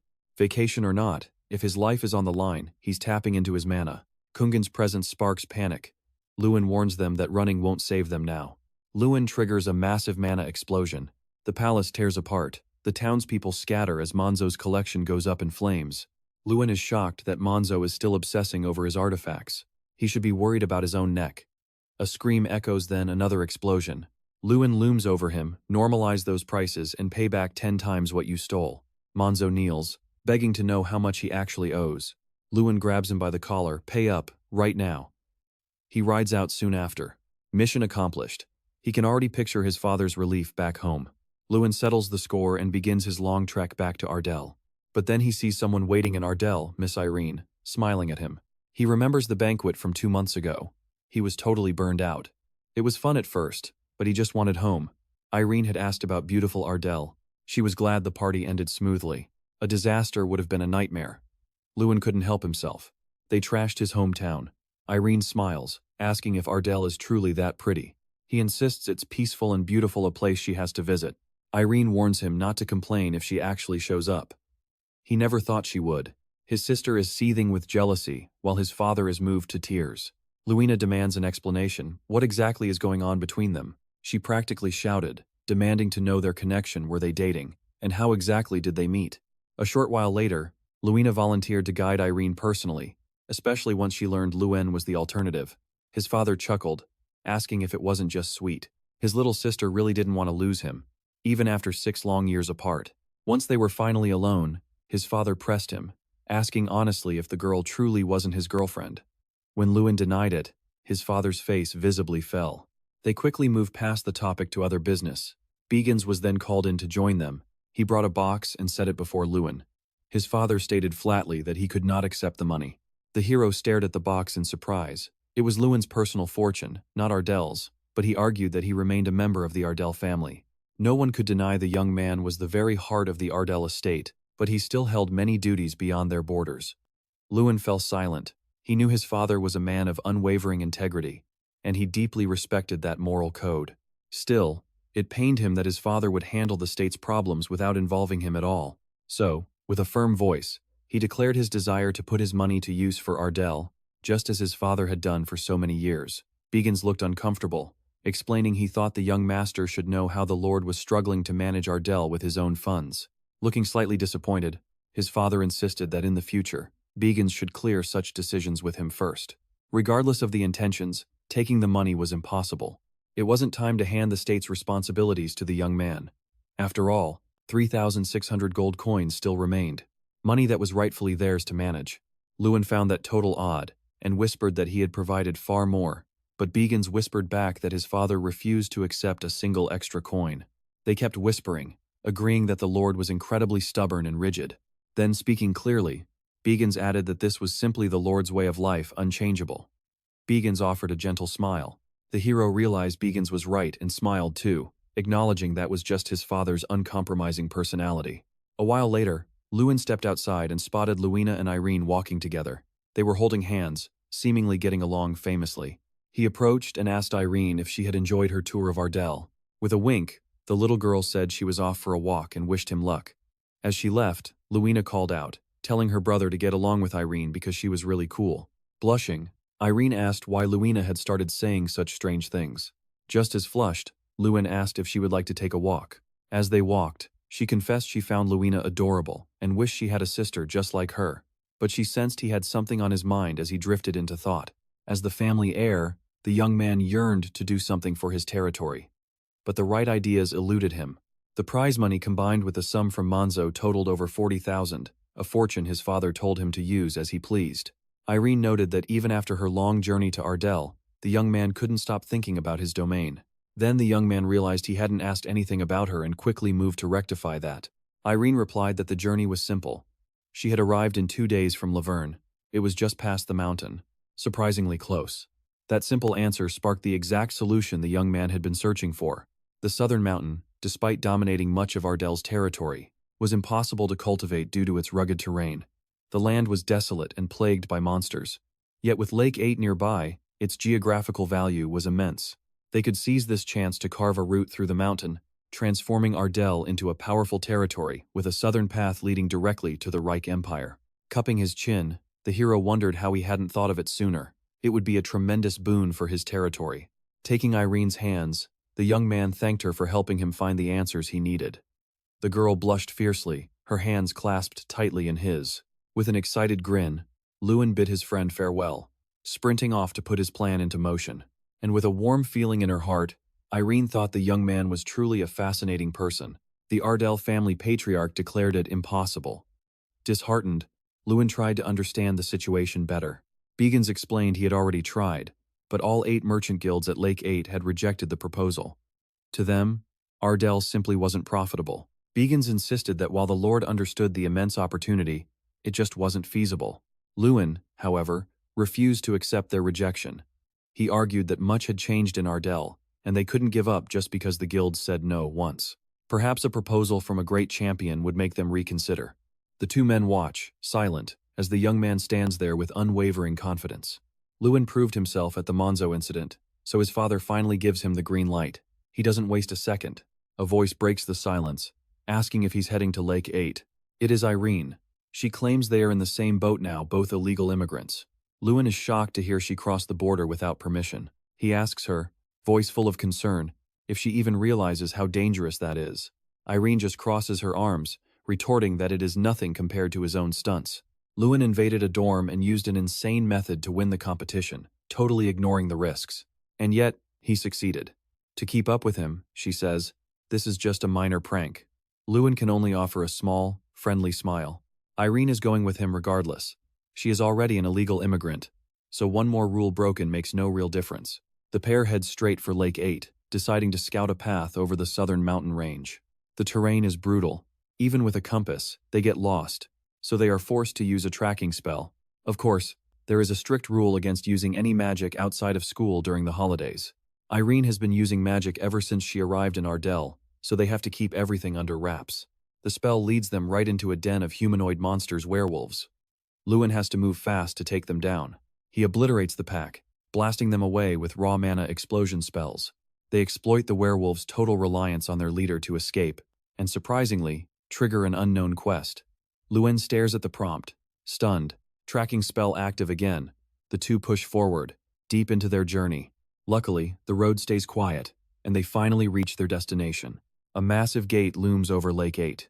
It is a colossal city-state, where 8 lakes connect to the sea, a neutral zone under imperial control. Instead of a king, 8 powerful merchants rule this land as joint representatives. It is a merchant state that dominates continental trade. Here, money reigns supreme. Destination reached, the duo needs to find the Golden Hall. It is a grand mansion set between the lakes, the perfect place to sway those representatives. They have no appointment, but Luen asks the guard to deliver a message. He tells them to announce the arrival of Luen Ardell, joined by his friend, Arena Prowse. The guard's eyes go wide. He asks if Luen is truly the winner of the grand festival.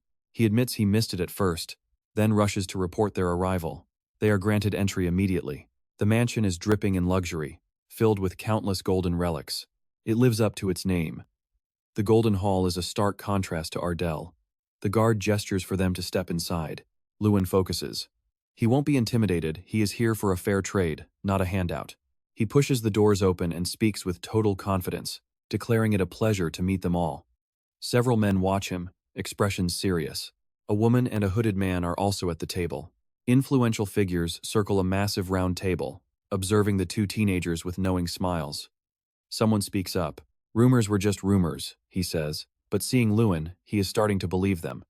Are you truly the festival winner? The bearded man asks why such an elite young mage would come to this remote place. Luen realizes his title carries real weight.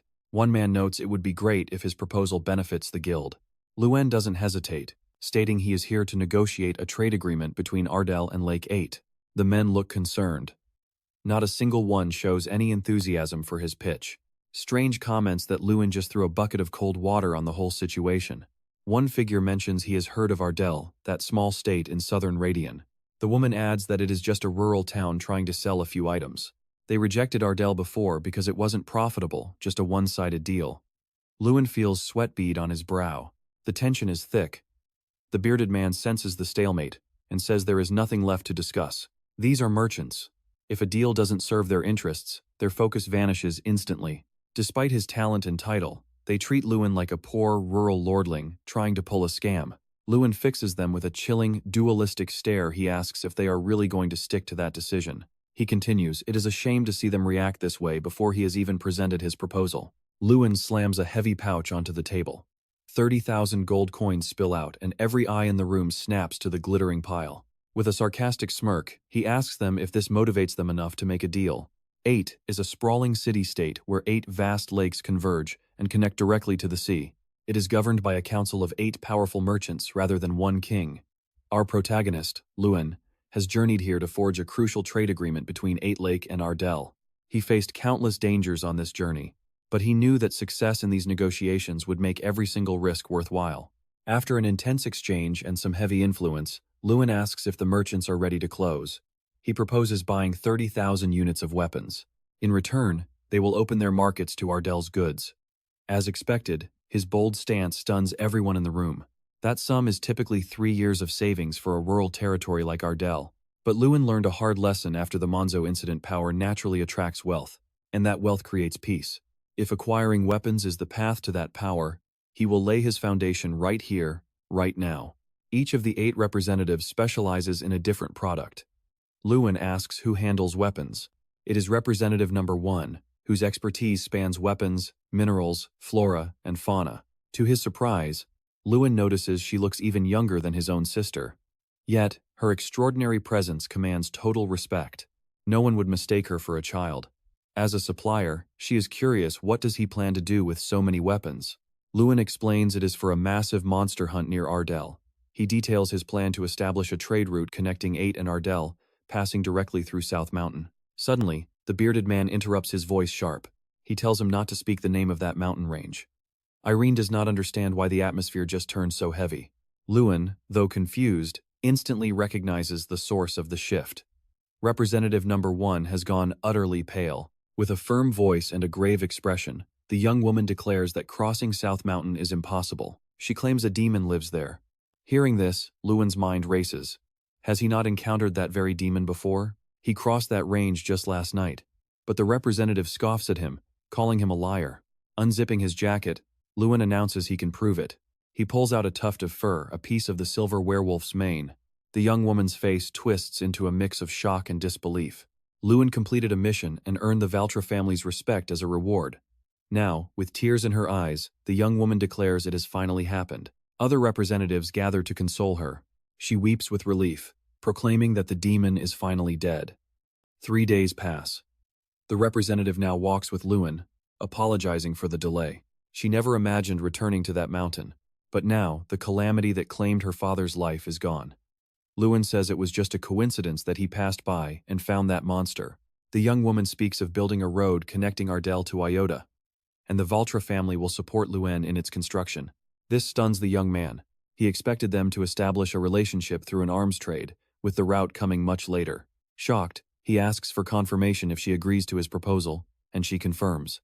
They will even pay above market price for any product from Ardell. This is incredibly generous. Looking him straight in the eyes, Cecilia Valtres promises to offer appropriate gratitude and trust to her benefactor, Luen.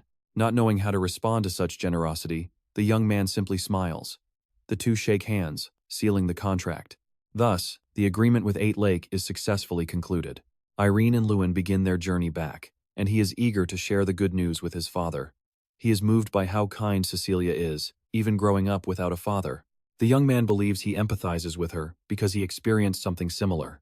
But changing the subject, he says he is thrilled to see how bustling Ardell will be the next time his friend visits. She says she admires his love for his hometown and wishes she could feel the same. Our home is where we feel the most longing, but that is not true for Irene. Luen asks if she will ever invite him to her hometown. A bit disheartened, the girl says maybe. She seems reluctant to talk about it, but the young man is certain he will visit Frace one day. The young people finally arrive in Ardell after their journey. Luen's father is stunned to hear they actually plan to buy Ardell products at an above-market price. Begin is dumbfounded that they are even taking charge of building the trade route. But for Irene, the biggest shock is that she and Luen stayed in separate hotel rooms. The second she says this, the protagonist clamps a hand over her mouth, confirming that Cecilia Valtres truly said all of it. It is impressive that the cold representative from Valtra promised to pay her debt, even if those weapons take 3 months to prepare. Still, road construction begins this very month, and Ardell is finally going to prosper. The young man's father says with pride that his son has grown so much and achieved truly difficult things. Then, from the bottom of his heart, he thanks his son for growing into such a worthy man. Seizing the moment, the hero asks if his father trusts him to grant one more wish regarding Ardell's lifeline and his people's deepest desire.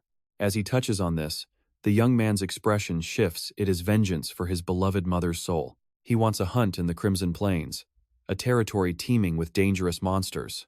The year Luen turned 6, a day meant for happy memories twisted into his worst nightmare. Mud creatures from the Crimson Plains swarmed the village, slaughtering countless people. And the most tragic blow for Luen was that his mother was among the fallen. Today, if not for one single photograph, his mother's image would be nothing but a hazy memory. Even the survivors suffered grievous wounds. And that was when the young boy made his first vow to become stronger. As the young Lord of Ardell, he will never allow such a nightmare to repeat itself in his town. Warriors are already training with their spears, determined to avenge their loved ones or prevent future disasters. Irene notices the changed atmosphere in the village, and while it makes Luen happy to see everyone working so hard, she observes that the spear techniques seem quite unusual. That is because the master teaching them is the territory's own commander, a man who once earned the title of Flash while fighting on the kingdom's front lines. Renowned as Ardell's greatest knight, Sir Bolvar Peyton was a hero during that year's attack, helping save countless lives, though these days he is more likely to wield a fishing rod than a spear. But someone interrupts the duo. Recognizing Luen, it is Sir Bolvar himself, walking toward them. The old knight congratulates Luen for stirring things up, winning the grand festival, and leading the hunt. Irene introduces herself politely, saying it is a pleasure to meet the spear saint, Sir Bolvar Peyton, right here. Hearing his title, the man looks surprised. Luen seems pretty shocked, too, realizing his friend already knew who the old knight was. Irene remembers learning about Bolvar in her childhood lessons, and seeing the warrior's techniques, she knew the instructor had to be the legend who retired early, at just 30. Smiling, Bolvar says he did not think anyone would remember those obscure stories. The young lady replies that she found them so impressive she read every last detail. Like the tale of the man who cut down over 10 high-ranking mages in the Paran Confederation, a truly legendary feat. Bolvar says he is honored, but claims he is nothing but a crumbling old man now. Luen asks why he hid all this, but the knight replies that he never hid anything, you just never asked. Still, Luen cannot help but feel disappointed hearing all these stories from someone else. However, Bolvar argues that Luen knows more about him than anyone else. He is someone who loves fishing and lives in a house on the hill, and he used to play with Luen when he was younger. He finishes by asking if that is not enough information about Bolvar for the young man. Smiling, Luen realizes he actually has the upper hand in that regard. Changing the subject, Bolvar mentions he is helping the young lady with swordsmanship and asks if Luen would like to join, and he does not just mean to watch. The knight wants him to participate in a duel with her, and Ingrid is already training with Master Bolvar, giving her absolute all. Luen finds it impressive that Ingrid possesses such skill at only 12 years old. The little girl proves she has a solid foundation, but Sir Bolvar is only using his left hand against her. After the training, the knight comments to Luen that his sister is improving rapidly and will soon surpass her brother in swordsmanship. Smiling, Luen agrees with the master, and now Bolvar declares it is the young master's turn. Luen remembers training with swords alongside Sir Bolvar when he was younger, and having honed his own martial arts, he is eager for this. But a short while later, all that eagerness twists into frustration, and he is left lying on the ground, defeated. Bolvar is clearly impressed. The young man's footwork has improved by leaps and bounds since 7 years ago. Curious, Luen wonders just how strong Bolvar was as a knight back in his prime. But the elder just shrugs it off. It's been too long, and he's unsure. Luen realizes there's no easy way to measure that kind of power. He recalls Sir Guter Parente, the only 6-star knight in Eastern Leon, but Bolvar drops a bombshell. He was a 7-star knight when he retired. Luen is stunned. Why would someone that dangerous be hiding in Ardell? Suddenly, a system mission flashes before his eyes. He has to face Bolvar in a duel, and the timer is set to 3 days. Luen knows his current blade work isn't going to cut it. Irene looks on, practically glowing with envy. Imagine getting private sword lessons from a legendary 7-star master. It's a massive deal. Sir Bolvar is the only person in the entire kingdom who ever competed in the Knights tournament. Luen knows it's an incredible chance, but his fear of failing keeps dragging him down. Bolvar catches that look on his face and smirks. He actually likes that fire he sees in him. The boy grips his sword, anger and determination boiling over. He is ready to challenge the elder again. He thinks he can win this. To clear that sudden mission, the boy challenges Sir Bolvar every single night without fail. At first, he's drowning in doubt, wondering if these beatings are actually teaching him anything, but he trusts the mission. With less than a day left on the clock, bruised and dripping with sweat, the young man finally has his breakthrough. All that hellish training is paying off. He's actually forcing Sir Bolvar to use both hands on his blade. The final day hits. The sun is sinking fast, but the boy refuses to quit. He's going for one more round. Anyone can see it. The protagonist is completely wrecked. He's trained like a madman, yet he still can't find an opening to land a clean hit. With 30 minutes left, the boy wonders if landing a critical strike on a 7-star monster was just a pipe dream from the start. Luina walks up, frantic, asking if he really stayed up all night again. She begs him to stop, wondering why he's pushing this hard. She shouts at him, everyone has limits, and he needs to get some rest. The boy just says he needs 30 more minutes. Everyone looks terrified for him, but Luen insists it's enough.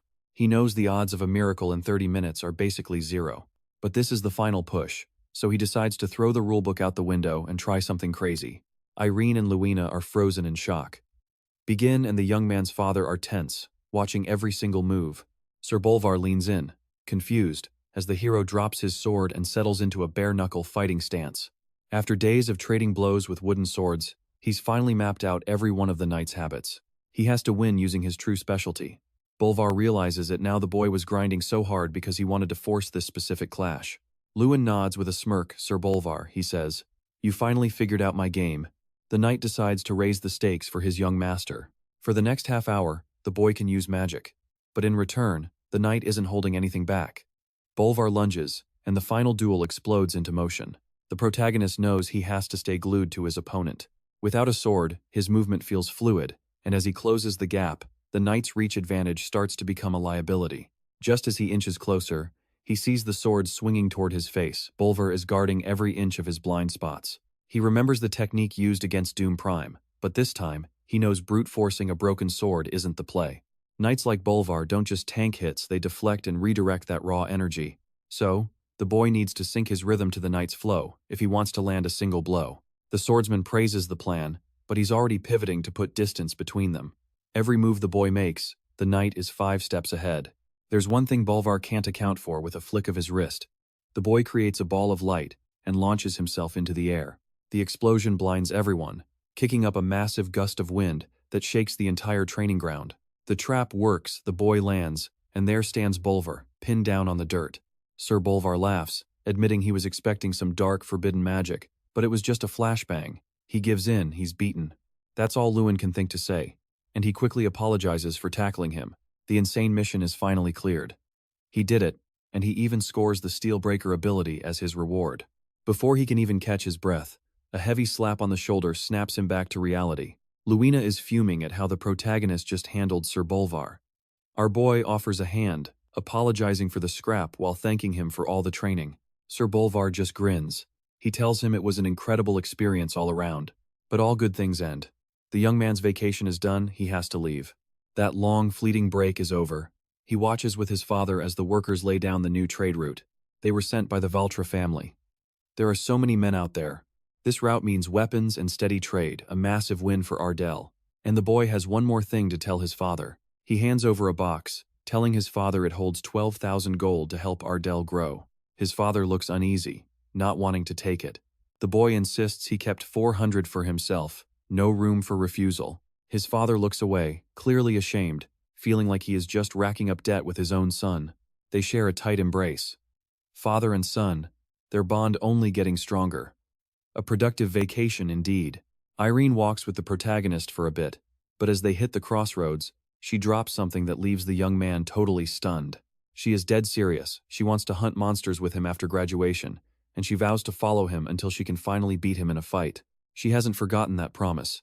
They part ways with a quiet vow to meet again down the road. After a week on the trail away from Ardell, he enters the eastern region. A scene erupts right in front of him. A brute has some poor kid by the collar, shouting him down. The protagonist feels a surge of genuine heat. What is actually happening here? The bloodied kid pleads for his sister. He swears he is a knight, he won't just stand by while they take her. The aggressor scoffs, mocking him for thinking he has any power to stop this. He explains the family missed a payment. He is here to collect, even if it means selling the boy's sister. The kid's eyes go wide in pure disbelief. He lunges to his feet, drawing steel to charge. The man doesn't even blink, finding the whole thing laughably sad. He lands a clean punch to the boy's face. He asks, "Is this some kind of joke?" He stomps on the kid, sneering. "Is this really the standard for Fuldren Squire Knights?"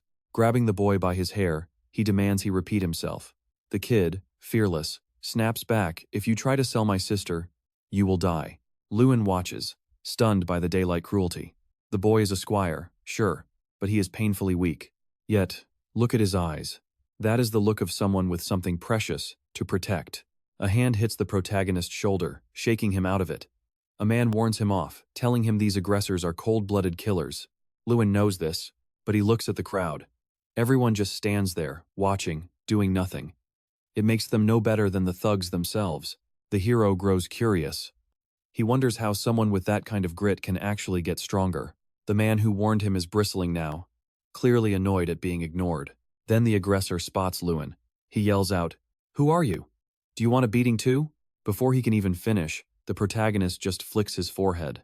The man goes flying back, staring at the sky, wondering what hit him. The entire crowd is left in complete shock. Another thug steps up, demanding to know what just happened. He doesn't get a chance to ask twice. A single flick sends him soaring away too. The rest of the gang starts backing off, fast. The beaten boy asks who he is. Our protagonist introduces himself, still standing with his back to him. He turns, offering a friendly, calm smile. He is here to help. The boy is Hans.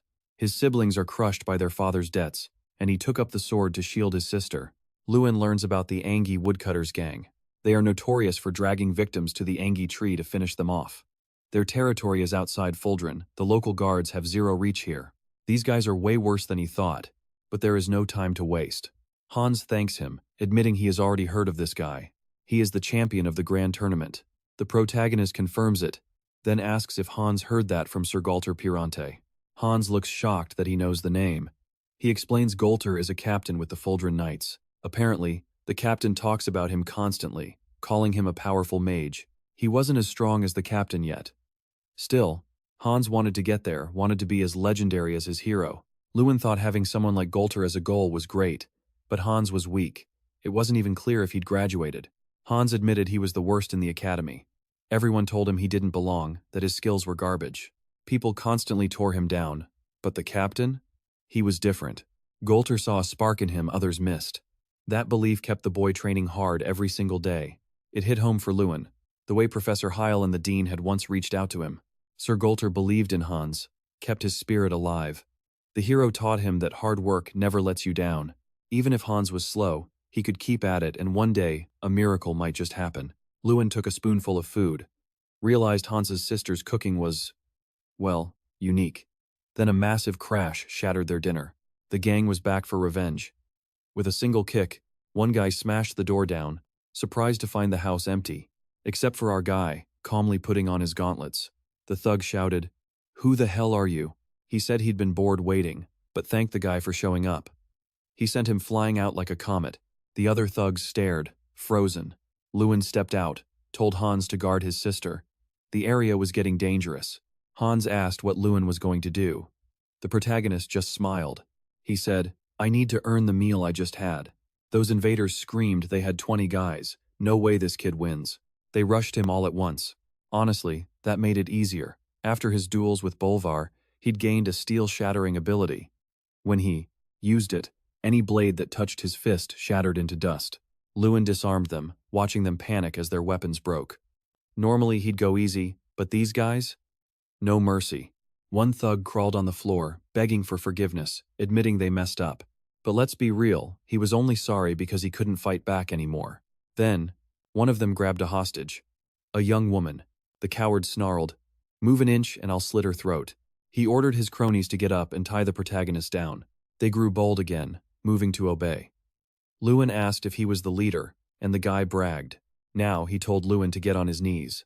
Luen glanced around, worried. What happened to Hans? He saw Hans on the ground, wounded. Luen knew what he had to do. He had to end this. As the boy stirred, the bandit snarled, "Don't you dare come closer." He tightened his grip on her, threatening her life. He pressed the knife into her skin and spat, "Move, Luen, and she dies." Tension spiked. Luen cursed the academy. They never taught him how to handle something this twisted. Not enough time for illusion magic. He stood there, frozen, until a flash of light caught his eye. It was Hans's blade. The boy stood up, gutsy as hell, and slashed the bandit's back. The villain barely flinched, turning around with a glare. Hans's eyes glowed with an aura that wasn't there before. In a heartbeat, the kidnapper dropped. Hans turned to the rest, warning them to get lost if they didn't want the same fate. Terrified, the gang scattered. Hans's sister rushed to his side to see if he was okay. Hans was shaking, totally distraught over taking a life. Luen put a hand on his shoulder, keeping him steady. It was necessary. He even offered some praise. That blue aura? That was true sword mastery. The boy had just hit rank 4. That's high-class territory for any knight. He couldn't control it yet, but it was clear he was finally growing. Overjoyed, Hans thanked Luen, giving him all the credit. He knew without Luen, he'd never have found that courage. Now, nobody would touch his sister again. With that settled, Luen headed for the academy. Long road, but he was finally back. Before leaving Ardell, he'd wanted his vacation to last forever. Funny how that changes. He'd actually missed this place. Back inside, Luen walked with his friend. Jason asked how the break went. Luen wasn't sure how to start. So much had happened. The Monzo incident, Ingrid's surprise visit, and a brush with a deadly werewolf. Best keep those secrets buried. Luen tells Jason he has just been training, but Jason scoffs. Someone as strong as you needs to practice? Luen says he is working on swordsmanship, and Jason teases. Vacation time is for resting. Besides, swordsmanship is not on the schedule until the second semester night classes. As they chat, a familiar face appears. Professor H. Idle, and he looks unusually serious.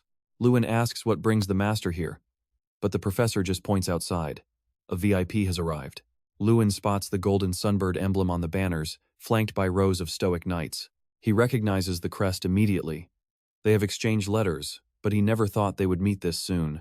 A voice booms out announcing the grand tournament champion, demanding the carriage door be opened at once. Someone steps down with a heavy, purposeful stride. 2 impeccably dressed blonde men emerge. The princes are here. Prince Leon looks visibly annoyed, warning the other not to meddle in his affairs with Luen.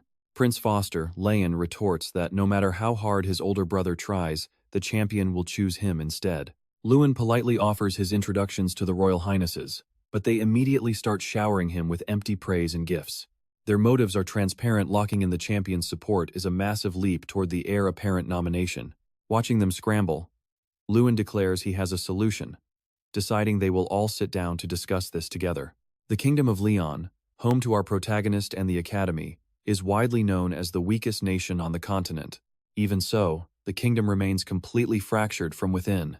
It is split between monarchist and reformist factions, fueling endless strife where mages are just pawns in a power game. Given that context, it is obvious why they are so desperate to recruit Luen. The meeting barely starts before they argue over who gets to sit opposite him, a childish display that explains why the country is falling apart. Like 2 spoiled brats, both princes insist on cramming into the same chair. Luen says he is surprised by the visit but glad they came, stating clearly, "It is not my intention to choose a lord between you." The brothers react exactly the same way, tension instantly tightening their expressions. They had expected this, revealing that even the legendary strategist Jagus refused their offer 3 times. Foster starts comparing himself to the first emperor, claiming Jagus eventually joined his side despite the initial refusal. Shifting gears, the protagonist reveals he has other business. He intends to return to his homeland, Ardell. This means Luen is not leaving the kingdom after graduation and could become a massive local power. This news electrifies both princes. Though Luen explains Ardell's situation is dire and he cannot abandon his home. Their eyes widen as they finally grasp the weight of his words, and Croster stands up. He declares that the kingdom's future leaders cannot be burdened by these worries, promising Luen his full support. Foster, refusing to be outdone, slams the table and vows to help with money, food, or whatever else Luen needs. Just like that, the 2 spoiled brothers explode into a petty, unbearable sibling squabble. Luen knows better than to choose sides. It is far more advantageous to keep them competing against each other. They bicker back and forth, each promising to send him an even more generous gift after his graduation. Luen calmly reminds them not to lose sight of the request he mentioned earlier. Realizing he will not pick a side, the princes finally accept and leave, giving Luen the chance to demand approval for his Ardell plans. He also pushes for military support, specifically timed for when his subjugation campaign begins. Luen can feel his authority growing, but before they leave, Croster demands everyone's attention. The princes formally declare Duke Luen Ardell as the new protector of the royal family, commanding everyone to show him absolute respect. The protector holds the shield of the royal family, and no one in the realm would dare cross him now. Even with this sudden new title, Luen has just relieved everything settled without a major disaster. His classmates swarm him, drowning him in flattery and forced praise. Jason swoops in to rescue him, warning the crowd they are making Luen late for class.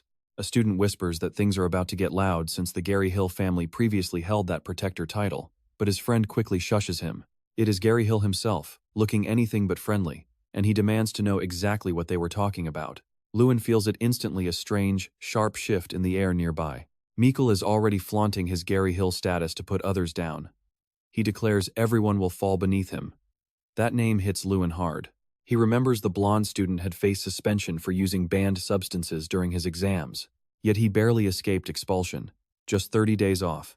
It was the Gary Hill name, a massive, crushing weight in the magical world. Luen steps closer to me. He says, "That doesn't sound like what the princes want." He greets him, grit in his voice, "Long time no see." Mikkel hates seeing him. He sneers, asking if Luen thinks he has actually won. "Just wait and see who gets the last laugh."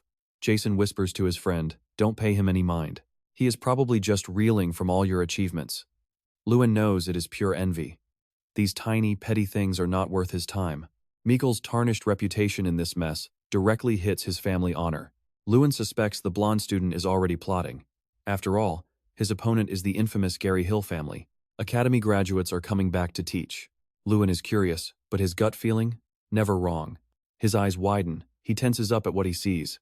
The other students feel it too, the sudden weight of the moment. The classroom goes dead silent as a heavy vibe descends. Even Jason looks stunned. The professor up front asks why the mood suddenly shifted. With a smirk, he asks, "Wouldn't that be Luen Ardell?" He greets him, but Luen knows this man instantly. Jackal Gary Hill. That gaze?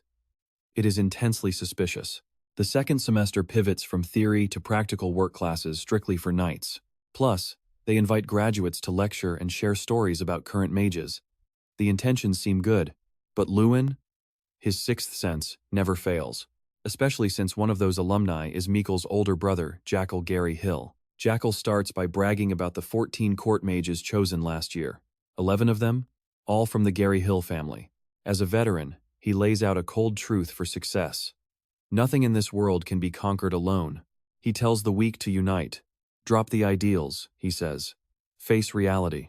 Jackal then twists the knife, sneering that sympathizing with Luen Ardell will not magically change their lives. With a sarcastic smirk, he asks our hero what he thinks. Jason starts to fire back, but Luen beats him to it, rising to his feet. Luen retorts, "Even if 10 pieces of trash unite with determination, you will not get a masterpiece. You just get a colossal pile of garbage." Jackal's face contorts in pure fury. He snarls, "Are you talking about me?" Luen just plays innocent. The veteran says he heard all about Luen from his brother, calling him an unlucky fellow. Luen shoots back, "You must have missed the part where that unlucky guy crushed Mikkel in the exams." A vein pulses violently on Jackal's temple. His rage is barely held back. In that instant, it was crystal clear. The bitter rivalry between Luen Ardell and the Gary Hill family was far from over. Jackal's arrival had flipped the entire vibe of the academy. Low-ranking students, blinded by Gary Hill power, clamor to join them because Jackal promised them success. Others swear they will never work with a cheat. The student body is split into two warring factions, with the Gary Hills constantly trying to humiliate Luen, and his own rage simmering. The academy air grows thick with tension. But then a golden opportunity to put that cheating family in their place appears. Our hero is enjoying tea with the illustrious Dean Ignite. Luen politely asks about the dean's health. As the student representative, he is privy to the official talks. The dean asks about life at the academy. Luen replies casually, except for a certain troublemaker spouting nonsense. Dean Ignite has a strong hunch exactly who Luen means. The dean hates the Gary Hills too, but their deep connections make it hard to act. This year, they were not even assigned courses that affect grades. Yet, they are still stirring up trouble. Luen asks, what kind of student was Jackal? Jackal was popular, stellar grades, and at 23, the kingdom's youngest chief mage. But beneath that facade lies a ravenous hunger for power, a desire to conquer at any cost. He stops at nothing. Together, the dean wants to discuss the upcoming special classes. Luen's mind was somewhere else entirely, obsessed with finding a way to take Jackal down. A spark of an idea hit him. It felt risky, maybe even impossible. But then, a bolder plan took root. What if he just walked up and asked Jackal to his face? The classroom door swung open, and the students froze. Standing there was Jackal Gary Hill. He looked just as shocked to see them as they were to see him. Luen stepped forward, sounding like an earnest junior, and said, "I have a request for you, Jackal." Jason couldn't hold it in. He burst out laughing, pointing at Luen. knowing his friend was up to something crazy again. Luen spoke up quickly. Please, don't get the wrong idea, it's not what it looks like. He explained that word was out. Jackal had rejected the dean's proposal for the night classes. I came to ask you personally, Luen pleaded. Please, let the graduates and students hold a joint class. Joint classes were rare. With lecturers and students competing, the field was finally level. The room buzzed. Everyone was dying to see Jackal's skills, and this meant he and Luen would finally clash on the same stage. Luen had cast his die. Now the ball was in his rival's court. But Jackal saw no point in the class. Luen had seen this coming, firing back. Isn't the teacher's main purpose to teach? Jackal looked stunned by the boy's sharpness. Luen pushed, arguing that this format was the absolute best way to pass knowledge to the freshmen. He reminded Jackal that he had always pushed for the Gary Hill team spirit, so why change his stance now? Or was there another reason? Maybe he was just afraid.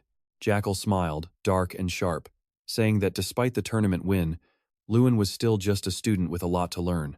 But the crowd was clamoring now, desperate to see the speaker's true abilities in a real fight. Jason slammed his hand down, shouting at Jackal, demanding to know what he was waiting for. This was the perfect chance to crush Luen in front of everyone, and Mikkel warned that Luen was about to regret challenging someone as strong as his brother. But because of the pressure, the veteran couldn't back down. Jackal tried to claim he was just worried about outshining the class representative, but Luen wouldn't let him off the hook. As a junior at the academy, he claimed he was just eager to learn from his senior. Jackal gripped his hand, vowing to give his all, but Luen poured his own power into the handshake, and Jackal felt the massive force. Luen said, calm and collected, I'm counting on you, senior. Prepare to be impressed. 3 days earlier, the Fulin Knights had rolled into the academy. In the dean's office, Luen and Ignite weighed the special class options, though most graduates had already refused. The dean noted that if Luen, the senior, made the request personally, nobody could turn him down. Luen admired the dean's cunning plan. While far away, students watched the knights pull up. The warriors marched toward the academy group. Captain Golter Perante spotted Luen, greeting him after hearing about that big festival victory. The captain said he had to talk to the dean and told the representative to show the students around. Luen introduced himself, asking for the knight's representative, but he was busy, and then Luen heard a commotion behind them. It was Hans, a trainee knight, being bullied by his own peers. As Luen walked over, the bullies recognized him, and he demanded to know what they were doing. Malt Gagan stepped up, introducing himself as the leader, the son of the 7-star knight and commander, Vengros Gagan.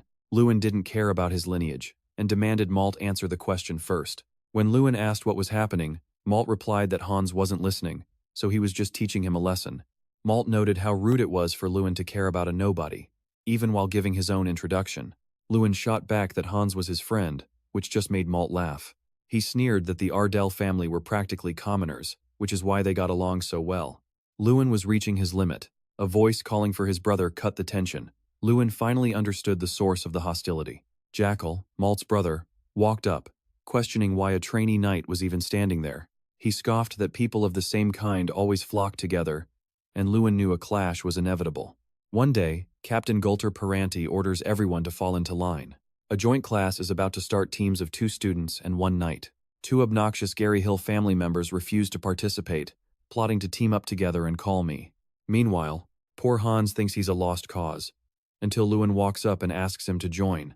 Even when Hans protests that he's too weak, Luen insists they're friends, bringing a rare, genuine smile to the boy's face. Jason jumps in, insisting that friends should stick together, so the 3 drop the formalities right then and there. Luen knows their goal has to be about more than just chasing high scores. Glancing at his latest problem, he realizes they have to deal with that annoying guy. But first, a quick break. Luen checks on Hans, asking if he's doing all right after the assault and if he should head to the infirmary.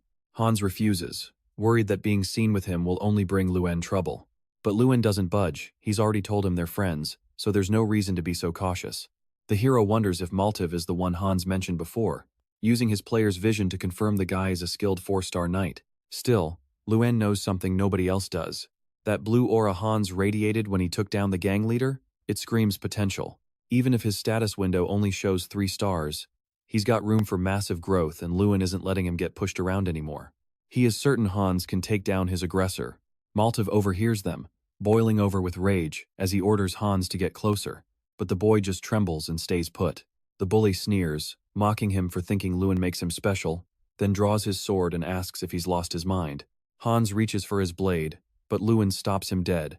He tells him they aren't equals, so there's no need to play the fool. Today isn't the day for this fight.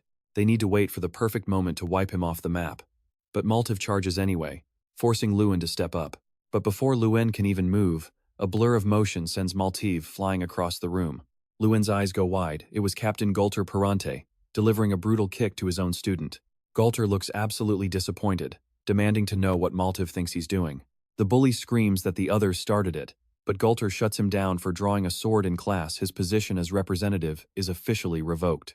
Maltiv tries to threaten him, barking that his father won't let this slide. Gulter knows the type, but he also knows that if Maltiv's father sees his son drawing steel on a pier, he might just faint from shame. Luen sees the raw terror in the boy's eyes at the mere mention of his father.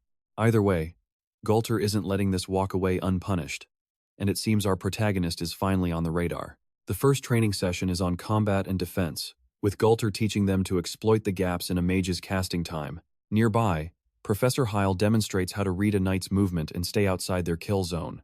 Every group is grinding out the techniques, and the class flows perfectly. Maltiv rants to Jackal about how furious he is, hating that he has to train in the same space as someone like Luen. Even the long-haired guy looks shaky, suggesting they ditch the session but lacking any real confidence. He's feeling the heat, standing in front of all these students who expect nothing but perfection. Hans calls for a break, and Jason agrees. But Luen shakes his head. He's just getting warmed up. Someone steps out of the crowd, asking if the kid needs a moment. It's Sir Gulter, and he's got questions. He drops the bombshell. There's no way Luen's swordsmanship is self-taught. Luen realizes exactly how sharp this captain is, especially when Gulter asks for a personal duel. Tense, the hero tries to backpedal, explaining he's not even a knight, so he doesn't stand a chance. Gulter waves it off, clarifying he doesn't expect him to win. He just wants Luen to teach the students, since he's clearly the most skilled fighter in the vicinity. Luen knows stepping into the spotlight is a gamble, but this is the opportunity of a lifetime. If he plays this right, he can use this moment to firmly establish his dominance. Luen grips his sword, declaring he's ready to learn from Captain Gulter. The captain looks pleased. No hesitation. Gulter charges in, closing the distance in a blur. The other students realize their instructor isn't playing around. He is moving at full speed. Luen knows one direct hit means broken bones, but he manages a block that shocks everyone watching. Gulter then sends him flying with the raw force of his next strike. Stunned by the kid's technique, Gulter demands to know who taught Luen to fight. He assumes it's a secret name, but Luen is torn. Should he just say it? It's not like his master is in hiding, so Luen says the name Bolvar Peyton. The air goes still. Every knight and apprentice there knows the legend of Bolvar the Lancer. That explains the skill. Gulter asks for the story, and Luen explains their meeting. Maltiv isn't buying it. He stomps forward, scowling, and screams that it is all a lie. He claims his father told him Bolvar Peyton is dead and demands proof.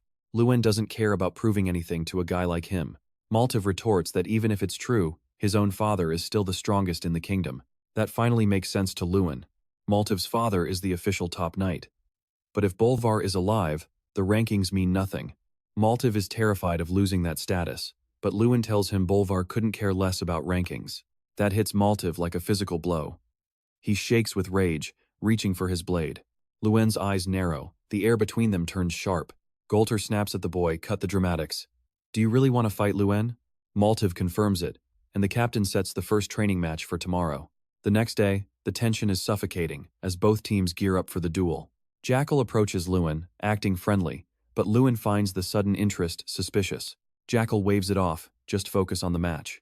But the moment the signal sounds, Jackal lunges with unnatural, blinding speed. Luen barely dodges, his eyes wide. No human moves that fast. It is desperate, broken. Luen activates his player gaze and the truth hits him. The guy is juiced up on 6 hidden artifacts. The night before, Sir Venras and Commissioner Josh were plotting. Venras mentioned his son Igni was invited to lecture. Commissioner Josh confirms the invite. Venras sighs about his son's usual headaches and mentions Gulter is disciplining him, but the commissioner is only interested in Luen. Venras admits Luen won the tournament and has the Empire's attention. To Josh, a kid from Ardell shouldn't be climbing that high. He needs to be stopped. Conveniently, their sons are in the group facing Luen today. Then Josh suggests giving Maltiv an artifact. Venras freezes. He can't believe the commissioner is openly suggesting cheating. Josh calls it a necessary evil to crush that brat. His own sons get artifacts too. He drops the name Bolvar Peyton, and Venras goes pale. Josh heard Bolvar is alive and training Luen. Between the princes and a legendary master, their positions are in real danger. Venras finally caves, handing over a necklace to ensure they win. Josh grins all for the good of the kingdom. He lies.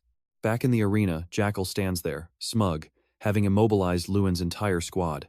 He sneers at them. Why were you so confident with such pathetic skills? Luen knew they would pull something, but he never expected them to stoop to straight-up cheating. Malt taunted him, show me your skills, already hero, or I will beat you until there is nothing left. Jason screamed in desperation for Luen to dodge. Luen stomped his foot, straining to break free from his binds. Just as the sword reached him, he unleashed a burst of mana, propelling himself into a desperate leap. But something felt off. Luen wondered how a wooden sword could feel so incredibly hard. That artifact from Sir Vengras was an amulet of fortitude, a simple necklace designed to make any weapon durable and sharp. Maltiv warned him this time he would not miss his strike. Since the blade was hard as steel, Luen used his new skill. With one punch, he shattered the sword, leaving Maltiv stunned. The blow was powerful enough to send Maltiv flying right next to Jackal. Jackal, his teammate, was completely dumbfounded by the strength Luen just displayed. It made him wonder if this was even possible. Because even with artifacts, Luen was not breaking a sweat. Luen pulled on his gauntlet and declared he planned to go easy, but that was no longer an option. He decided to get serious, summoning the ogre Kungan, leaving Professor Heil and Golter in total shock. Jackal could not believe his eyes as the ogre appeared, sending the students fleeing in absolute terror. Luen approached his cheating opponent and told him to end it, mocking him for needing 6 artifacts to keep up. Luen gestured with his arm and the ogre moved with him. It plucked every necklace Maltiv was wearing with a single finger, tossing them to the ground and exposing his dirty tricks. The students could not grasp why Maltiv would use so many artifacts against a junior. Not knowing what else to do, Jackal shouted that the Gary Hills would not stand for this. Luen sneered first Michael, and now the older brother. Who is next? Maybe Lord Josh Gary Hill himself. That infuriated Maltiv, who charged him, but he never even got close before Luen flicked him on the forehead. Luen told him he was making too much noise and to go lie down for a bit. Strang appeared and asked if Luen was sure about this, worried that revealing the ogre like this had even shocked the dean. Luen figured he could not hide the ogre forever. What was done, and Jackal Gary Hill was out cold. Mick had fainted from pure fear, which meant the match was effectively over. Even Golter was stunned, but before he could announce the results, Hans interrupted them. Carrying 2 swords, Hans shouted that the duel was not over, insisting Malt could just use another blade. The fearless Hans told Malt to take a sword. In a mix of shock and rage, Malt asked if his classmate had gone crazy, insulting him as a dirty commoner. There was no mistaking it now. The aura Hans was emanating was nothing less than true sword mastery.